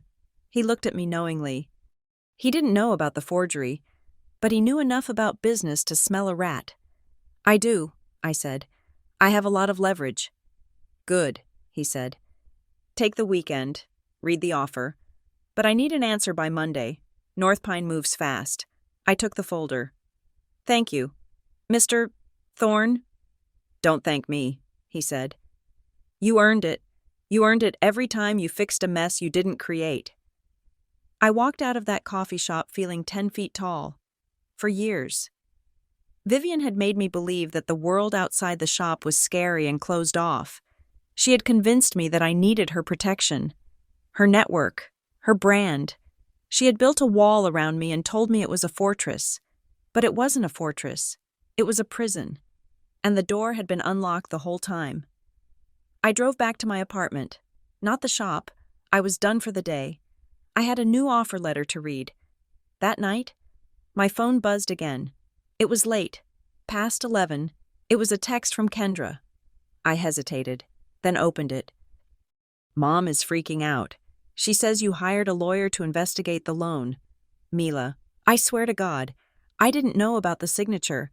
When they made me president, they told me the financing was legacy secured. I never saw the document. Dad signed it. Mom made him. She told him it was the only way to keep the line of credit open because my credit score wasn't high enough yet. Dad didn't want to. But she said you would never find out because you don't look at the big picture. I am scared. Mila, are we going to jail? I stared at the screen. Kendra was spoiled. She was incompetent. She was vain. But she was also a product of the system. Vivian had designed her to be the figurehead, just as she had designed me to be the workhorse. Vivian had manipulated everyone, her husband, her daughters, the bank, to maintain the illusion of control. Kendra wasn't the villain. She was just another prop. I didn't reply to the text. I didn't offer her comfort. That wasn't my job anymore. But the text confirmed everything. It was the final piece of the puzzle. The story wasn't about sibling jealousy. It wasn't about my dad loving Kendra more. It was about a system of exploitation designed by my mother, where everyone played a role to serve her narrative, and I had just burned the script. I looked at the North Pine offer on my table. Then I looked at the affidavit my lawyer had drafted regarding the forgery. I wasn't just going to leave. I was going to make sure that when I walked out the door, the system didn't just lose a worker. It would lose its foundation. I picked up my phone and sent a text to Sarah, my attorney. Proceed with the formal inquiry on the notary and draft a settlement agreement. I know what I want in exchange for my silence. I turned off the light. I had a busy day tomorrow. I had a resignation to tender and a future to claim. The war began not with a shout, but with a whisper campaign. In the days following my abrupt departure from the dinner table and my refusal to save the Apex account, Vivian did what she did best. She spun the narrative. She did not yell at me directly. Instead, she went to the floor. She walked among the welders and the machinists, wearing her most concerned expression. Sighing heavily as she inspected the idle machines, I heard about it from Miller. He called me on his lunch break. His voice hushed. "She is telling people you had a mental break," Miller said. "She is saying the pressure of graduation was too much, and you abandoned the family to go find yourself. She is playing the saint. Mila, she says she is keeping your job open for when you are ready to come home and apologize." I gripped my phone. It was a smart move. By painting me as unstable and ungrateful, she was inoculating the staff against the truth. If I came forward with stories of forgery and betrayal, she could dismiss them as the ravings of a prodigal daughter who had lost her way. "Let her talk," I told Miller. "Do not correct her. Just keep your head down." I did not fight her on the rumor mill. I did not post on social media. I stayed silent. In a world of noise, silence is the only thing that makes people lean in to listen. While Vivian was busy polishing her halo, I was busy digging for the root of the rot. I knew the forgery was the smoking gun, but I needed to understand the motive. Why the desperation? Why the sudden, clumsy restructuring that cut me out so violently? The answer came from the one person I had given up on: my father. Harlan called me on a Thursday night. He sounded drunk. "Mila," he slurred. I wanted to say, I am sorry." "You have said that, Dad," I replied, sitting in my living room with the North Pine offer letter in front of me. "It does not change the signature on the loan." "It wasn't supposed to be like this," he rambled. "The lender, the private equity guys, they were squeezing us. The interest rates jumped. We were underwater on the expansion loan from 3 years ago," Vivian said. "She said we needed a new story. She said the bank wanted youthful energy, new leadership optics. That is what she called it." "So you sold me out for a lower interest rate?" I asked, my voice flat. "She promised it was temporary," Harlan cried. "She said once the refinancing went through, we would bring you back in. We would give you a stake, but we needed Kendra's face on the brochure to get the meeting. They wanted the modern look." I didn't let him finish. It was pathetic, but it gave me the final piece of the strategic puzzle. They were not just greedy. They were broke. The company was failing. And they were using Kendra as a hood ornament to distract the bank from the engine trouble. And they needed my signature to guarantee the debt because their own credit was maxed out. I sat there, staring at my bookshelf. I was thinking about Harlan. I was thinking about the man who used to teach me how to read a caliper. How had he become this hollow shell? Then, a memory surfaced. A small, odd detail from my graduation day. After the ceremony, amidst the chaos of photos and Vivian's performative hugging, Harlan had pressed something into my hand. It was quick, surreptitious, like a prisoner passing a note. "For later," he had whispered. He looked terrified, his eyes darting toward Vivian. "Keep it safe." I had shoved it into the pocket of my gown and, in the turmoil of the following days, the folder, the betrayal, the work, I had completely forgotten about it. I stood up and went to my closet. I dug out the graduation gown, which was still crumpled in a heap at the bottom of my laundry basket. I felt around in the pocket. My fingers closed around cold metal. I pulled it out. It was a key. It was an old brass key, tarnished and heavy. On a plain steel ring, it looked like the key to a diary or an antique cabinet. I turned it over in my hand. What did this open? Then I remembered the old office, before Vivian renovated the front of the shop into a glass-walled aquarium. Harlan had a small, messy office in the back, near the tool crib. When the renovation happened, he had been forced to move, but he had kept one old, battered filing cabinet in the storage room. He called it his junk drawer. Vivian hated it. She was always threatening to throw it out. I looked at the clock. It was midnight. The shop would be empty. The night shift was skeleton crew only, and they would be on the floor. Not in the storage room. I grabbed my jacket. I drove to the shop, parking a block away. I used my key to let myself in the side door, the one the locksmith hadn't changed because it was a manual deadbolt, not an electronic keypad. I slipped through the shadows of the warehouse. The smell of the place hit me. The iron, the oil, and for a moment, I felt a pang of loss so sharp it almost doubled me over. This was my home, or it should have been. I found the storage room. It was dusty, piled high with old boxes of invoices. In the corner, under a tarp, was the old gray filing cabinet. I knelt down. The lock on the cabinet was simple. I slid the brass key in. It turned with a satisfying click. I pulled the drawer open. It was mostly full of old manuals and broken staplers, but at the very back, taped to the underside of the drawer above, was a flat metal lockbox. I pulled it loose. The key fit that, too. I opened the box. Inside, there was no money. There were no diamonds. There was just a thick, yellowed envelope and a small, leather-bound notebook. I opened the envelope first. It was a letter. The handwriting was jagged and strong. It was my grandfather's hand. I recognized it from the old blueprints he used to draw by hand. To my granddaughter, Mila, it began. I felt a lump in my throat. My grandfather had died when I was 12. He was the one who first put a wrench in my hand. If you are reading this, the letter said, it means you have graduated. I made Harlan promise to give you this key only when you finished your education. I know your mother. I know she likes the shiny things. But I know you. Mila, you like the work. I wiped my eyes. Attached is the original partnership agreement I drafted when I passed the company to Harlan. You will see Clause 14B. It is a sweat equity provision. I set aside 15% of the company stock for the first grandchild to complete a degree in a relevant industrial field and work 5 consecutive years in the shop. That is you, kid. My hands were shaking so hard, I almost dropped the paper. I flipped to the attached legal document. It was old, typed on a typewriter, but it was notarized. It was real. Clause 14B. Upon satisfaction of the conditions, degree plus 5 years service, 15% of the total authorized shares shall automatically vest in the beneficiary. This vesting takes precedence over any subsequent transfers or dilutions. 15%. I owned 15% of the company. I had owned it the moment I walked across that stage. But there was more.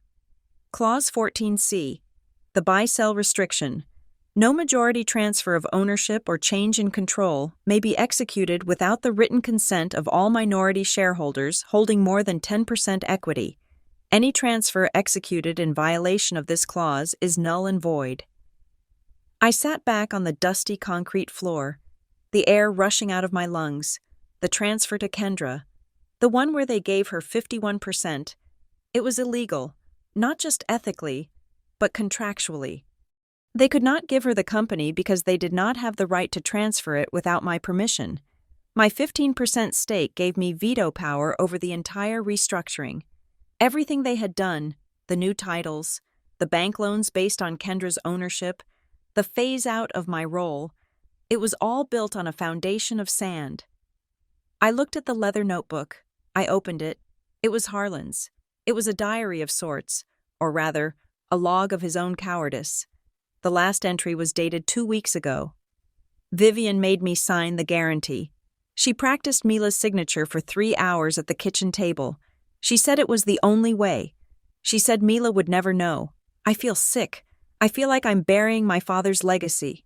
And taped to the page was a photocopy, a rejected draft of the guarantee page. It was covered in red ink notes in Vivian's unmistakable handwriting. Loop the L more, make the K sharper, needs to look rushed, like she signed it on a clipboard. It was a tutorial on how to forge my name. I stared at it. The coldness that had been inside me for weeks suddenly solidified into something hard and unbreakable. This was not just proof. This was ammunition. I had them. I had them completely. I could go to the police. I could show them the notebook, the forgery practice, the grandfather's letter. Vivian would go to jail for fraud. Harlan would likely go with her as an accessory. The company would be seized, the assets liquidated to pay the bank. Kendra would be left with nothing. I could burn them down. I could light the match right now and watch the whole house of cards turn to ash. It would be justice. It would be righteous. But as I sat there in the dark, listening to the hum of the ventilation fans, I realized something. If I burned it down, I was just another person reacting to Vivian. I was still playing her game, just on the opposite side of the board. I didn't want to be the arsonist. I wanted to be free. I put the documents back in the lockbox. I put the lockbox in my backpack. I stood up. I brushed the dust off my knees. I had a choice. I could destroy them, or I could use this to extract myself so cleanly, so completely, that they would spend the rest of their lives wondering how I did it. I walked out of the storage room. I walked past the office where Vivian sat like a spider in her web. I was not going to send them to prison. That was too messy. I was going to make them buy me out, and the price was going to be exactly what I was worth. I drove home. I slept for 3 hours. When I woke up, I called Sarah. "I found something," I said. "Change the strategy. We are not just asking for the guarantee to be voided. We are asserting a minority shareholder claim, and we are scheduling a meeting for Monday morning. Tell them to bring the checkbook." The conference room in Sarah Jenkins's office was a sterile environment, smelling faintly of lemon polish and expensive leather. It was neutral ground, or as close to it as we were going to get. I sat on one side of the long mahogany table. Sarah was to my right, her posture perfect, a stack of files arranged in front of her like a fortress wall. On the other side sat the tribunal of my former life, Harlan, looking gray and shrunken in a suit that suddenly seemed too big for him. Vivian, sitting ramrod straight, her eyes scanning the room for weaknesses, and Kendra, who was chewing on her thumbnail, looking like a child who had been called to the principal's office. At the far end of the table sat 2 strangers. One was Mr. Henderson, a representative from the private lender holding the company's debt. He looked bored and irritated, checking his watch every 30 seconds. Next to him was Robert Thorne from Apex Industries. He did not look bored. He looked like a referee waiting for the first punch to be thrown. Vivian started before anyone could even pour water. "Let us get this over with," she said, her voice tight. "We are all busy people. Mila has decided to throw a legal tantrum because she is unhappy with her job title. We are prepared to offer a small salary adjustment to smooth things over, but frankly, dragging the bank and our clients into a family dispute is unprofessional." She looked at Henderson and Thorne with a practiced, apologetic smile. "I apologize for my daughter," she said smoothly. "She has always been a bit dramatic. She struggles with the big picture." I felt a familiar flash of heat in my chest, but I let it cool instantly. I did not speak. I simply nodded to Sarah. Sarah adjusted her glasses. "This is not a salary dispute, Mrs. Knight," Sarah said calmly, "and it is certainly not a family squabble. This is a meeting regarding the legal ownership structure of Knight Iron Works." Vivian laughed, a harsh, dismissive sound. "Ownership? Mila is an employee, a support staffer. She has 0 equity. The operating agreement is clear." Sarah picked up the thick, yellowed envelope I had retrieved from the lockbox. She slid it across the polished wood of the table. It stopped directly in front of Harlan. "I believe you recognize this." "Mr. Knight," Sarah said. Harlan stared at the envelope. He did not touch it. He knew exactly what it was. "What is that?" Vivian snapped. She reached for it, but Sarah's voice stopped her. "That is the original partnership agreement between Harlan Knight and his father." Sarah stated, "Specifically, I would direct your attention to Clause 14b, the sweat equity provision." Vivian ripped the envelope open. She pulled out the document. Her eyes scanned the page, darting back and forth. This is old," she stammered. "This is from 20 years ago. It is irrelevant. It is a binding contract," Sarah corrected. "It states that 15% of the company stock automatically vests to the first grandchild who completes a relevant degree and works 5 consecutive years in the shop. Mila Knight graduated 6 weeks ago. She has worked in the shop for 5 years. As of her graduation date, she is a 15% owner of Knight Ironworks. Vivian went pale. She looked at Harlan. You knew about this? Harlan looked down at his hands. My father. He wanted to make sure the workers were protected. He made me promise. Sarah continued, her voice relentless. And then there is Clause 14C, the buy-sell restriction.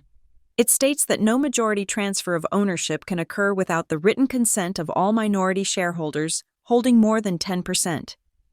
Sarah paused to let that sink in.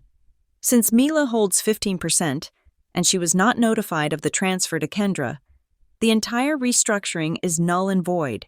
Kendra is not the majority owner. The transfer is illegal. And any bank loans secured based on that transfer are, by definition, fraudulent. Mr. Henderson, the lender, sat up straight. The boredom vanished from his face. Excuse me? Henderson said, his voice sharp. Are you saying the collateral agreement we signed last month is invalid? I finally spoke. It gets worse. Mr. Henderson, I said. I looked him dead in the eye. I pulled out the copy of the guarantee page, the one with the forged signature. I slid it toward him. That is my name listed as a personal guarantor. I said, that is a signature that looks like mine. But I did not sign it. I was taking a final exam at the university at the exact time this document was notarized. Henderson picked up the paper. His hands were shaking slightly. We have a sworn affidavit from the notary, Sarah added. After we informed her that she was facing a federal inquiry, she admitted that she was paid $500 to stamp the document without the signatory present. She identified Vivian Knight as the person who brought the document to her. The room went deathly silent. Mr. Henderson turned slowly to look at Vivian. His face was red. Mrs. Knight, he said, his voice dangerously low. Is this true? Did you submit forged documents to a federally insured institution? Vivian opened her mouth, but no words came out. She looked at Harlan, but he was shrinking into his chair. She looked at Kendra. Kendra stood up. She was crying. I did not know, Kendra shouted. She pointed a shaking finger at Vivian. Mom told me it was handled. She said Dad signed everything. She said Mila would never leave, so it did not matter. I did not know it was a crime. Sit down. Kendra, Vivian hissed. No, Kendra screamed. I am not going to jail for you. You wanted the title. You wanted the young female president story for the magazines. I just wanted to do the marketing. I hate the operations. I hate the noise. I never wanted to run the shop. She collapsed back into her chair, sobbing. Harlan finally looked up. He looked at me. His eyes were wet. I am sorry. Mila, he whispered. It was a small, broken sound. I was afraid. We were drowning in debt. The rates were going up, Vivian said. She said if we did not rebrand, we would lose the financing. She said you were too practical, too boring for the investors. I let her do it because I was weak. I let the politics of this marriage outweigh my own daughter. He took a deep breath. I am so sorry. I looked at him. I believed him. But I also knew that an apology without restitution is just noise. I do not want your apology. Dad, I said, I want my exit. I turned to Sarah. She pulled out the settlement agreement we had drafted. Here are the terms. I said, 1. You will buy out my 15% stake immediately. We have valued it based on the company's assets prior to the fraudulent transfer. The amount is $250,000. 2. You will issue a company-wide correction stating that I was a partner and that I am leaving voluntarily to pursue other opportunities. No more rumors about mental breakdowns. 3. I will agree to a 30-day consulting contract to transition the Apex account and the operations to a new manager of your choice. This contract will be paid at a rate of $200 per hour, prepaid weekly. 4. If these terms are met, I will sign a non-disclosure agreement regarding the forgery. I will not go to the police. I will not sue the bank. I looked at Henderson, and Mr. Henderson. I said, if you agree to not call the loan immediately, I will help them restructure the debt legally during my 30-day transition. But my name comes off the guarantee today. Henderson looked at the papers. He looked at the terrified family across the table.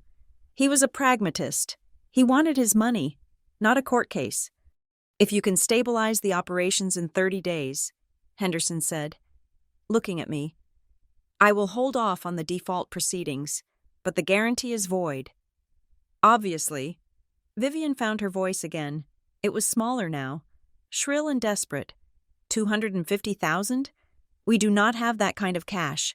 You are bleeding us dry. You have a line of credit, I said coldly, and you have a house. You can figure it out. You found the money to pay the notary. You can find the money to pay me. Vivian glared at me. Her eyes were full of venom. After everything I did for you, she spat. I gave you life. I gave you a home. And this is how you repay me? You are ungrateful. You are selfish. You are tearing this family apart for money. I looked at her. I really looked at her. I saw the fear behind the rage. I saw a woman who had spent her whole life curating an image because she had no substance. I did not feel angry anymore. I felt pity. You still do not get it, I said quietly. I stood up. I am not tearing the family apart. Mom, I am just charging you for the labor. You spent 20 years thinking that because I was your daughter. You owned me. You thought my time was yours. You thought my mind was yours. I leaned forward, my hands flat on the table. You confused access with entitlement. I said, you thought that because you had access to me, you were entitled to use me, but the access is gone now, and the bill is due. The room went silent. Vivian looked away. She knew she had lost. Robert Thorne cleared his throat. Apex Industries accepts these terms. He said, we will keep the contract with Knight Iron Works for the duration of the 30-day transition, provided Mila is the sole point of contact. After that, he looked at me with a small smile. After that, we will follow the talent. Harlan picked up the pen. His hand was shaking. But he signed the settlement agreement. He pushed it to Vivian. She stared at it for a long minute, her jaw working, but she signed it too. Kendra signed it without looking. I signed last. The ink was black and permanent. I stood up. I shook Sarah's hand. I shook Robert Thorne's hand. I did not shake my parents' hands. I will see you on Monday for the transition. I said, have the check ready. I walked out of the conference room. I walked through the lobby and pushed open the heavy glass doors of the building. The air outside was crisp and clean. The city noise sounded different. It sounded like possibility. I had a check for $250,000 coming. I had a job offer from North Pine starting in a month, with a salary that reflected my actual worth. I had a reputation that was bulletproof. But as I walked down the street, feeling the sun on my face, I realized the money wasn't the victory. The job wasn't the victory. The victory was the silence in my head. The voice that used to ask, am I doing enough, was gone. The voice that used to beg, please see me, was gone. I had reclaimed my name. I had reclaimed my time, and for the first time in my life, I wasn't waiting for someone to give me permission to start my future. I held the keys myself. Thank you so much for listening to my story. I would love to know where you are tuning in from. So please drop a comment below and let's get a conversation started. If you enjoyed this story, please make sure to subscribe to the Lucy Revenge Stories channel, like this video, and hit the notification bell to help this story reach even more people. Your support means the world to me.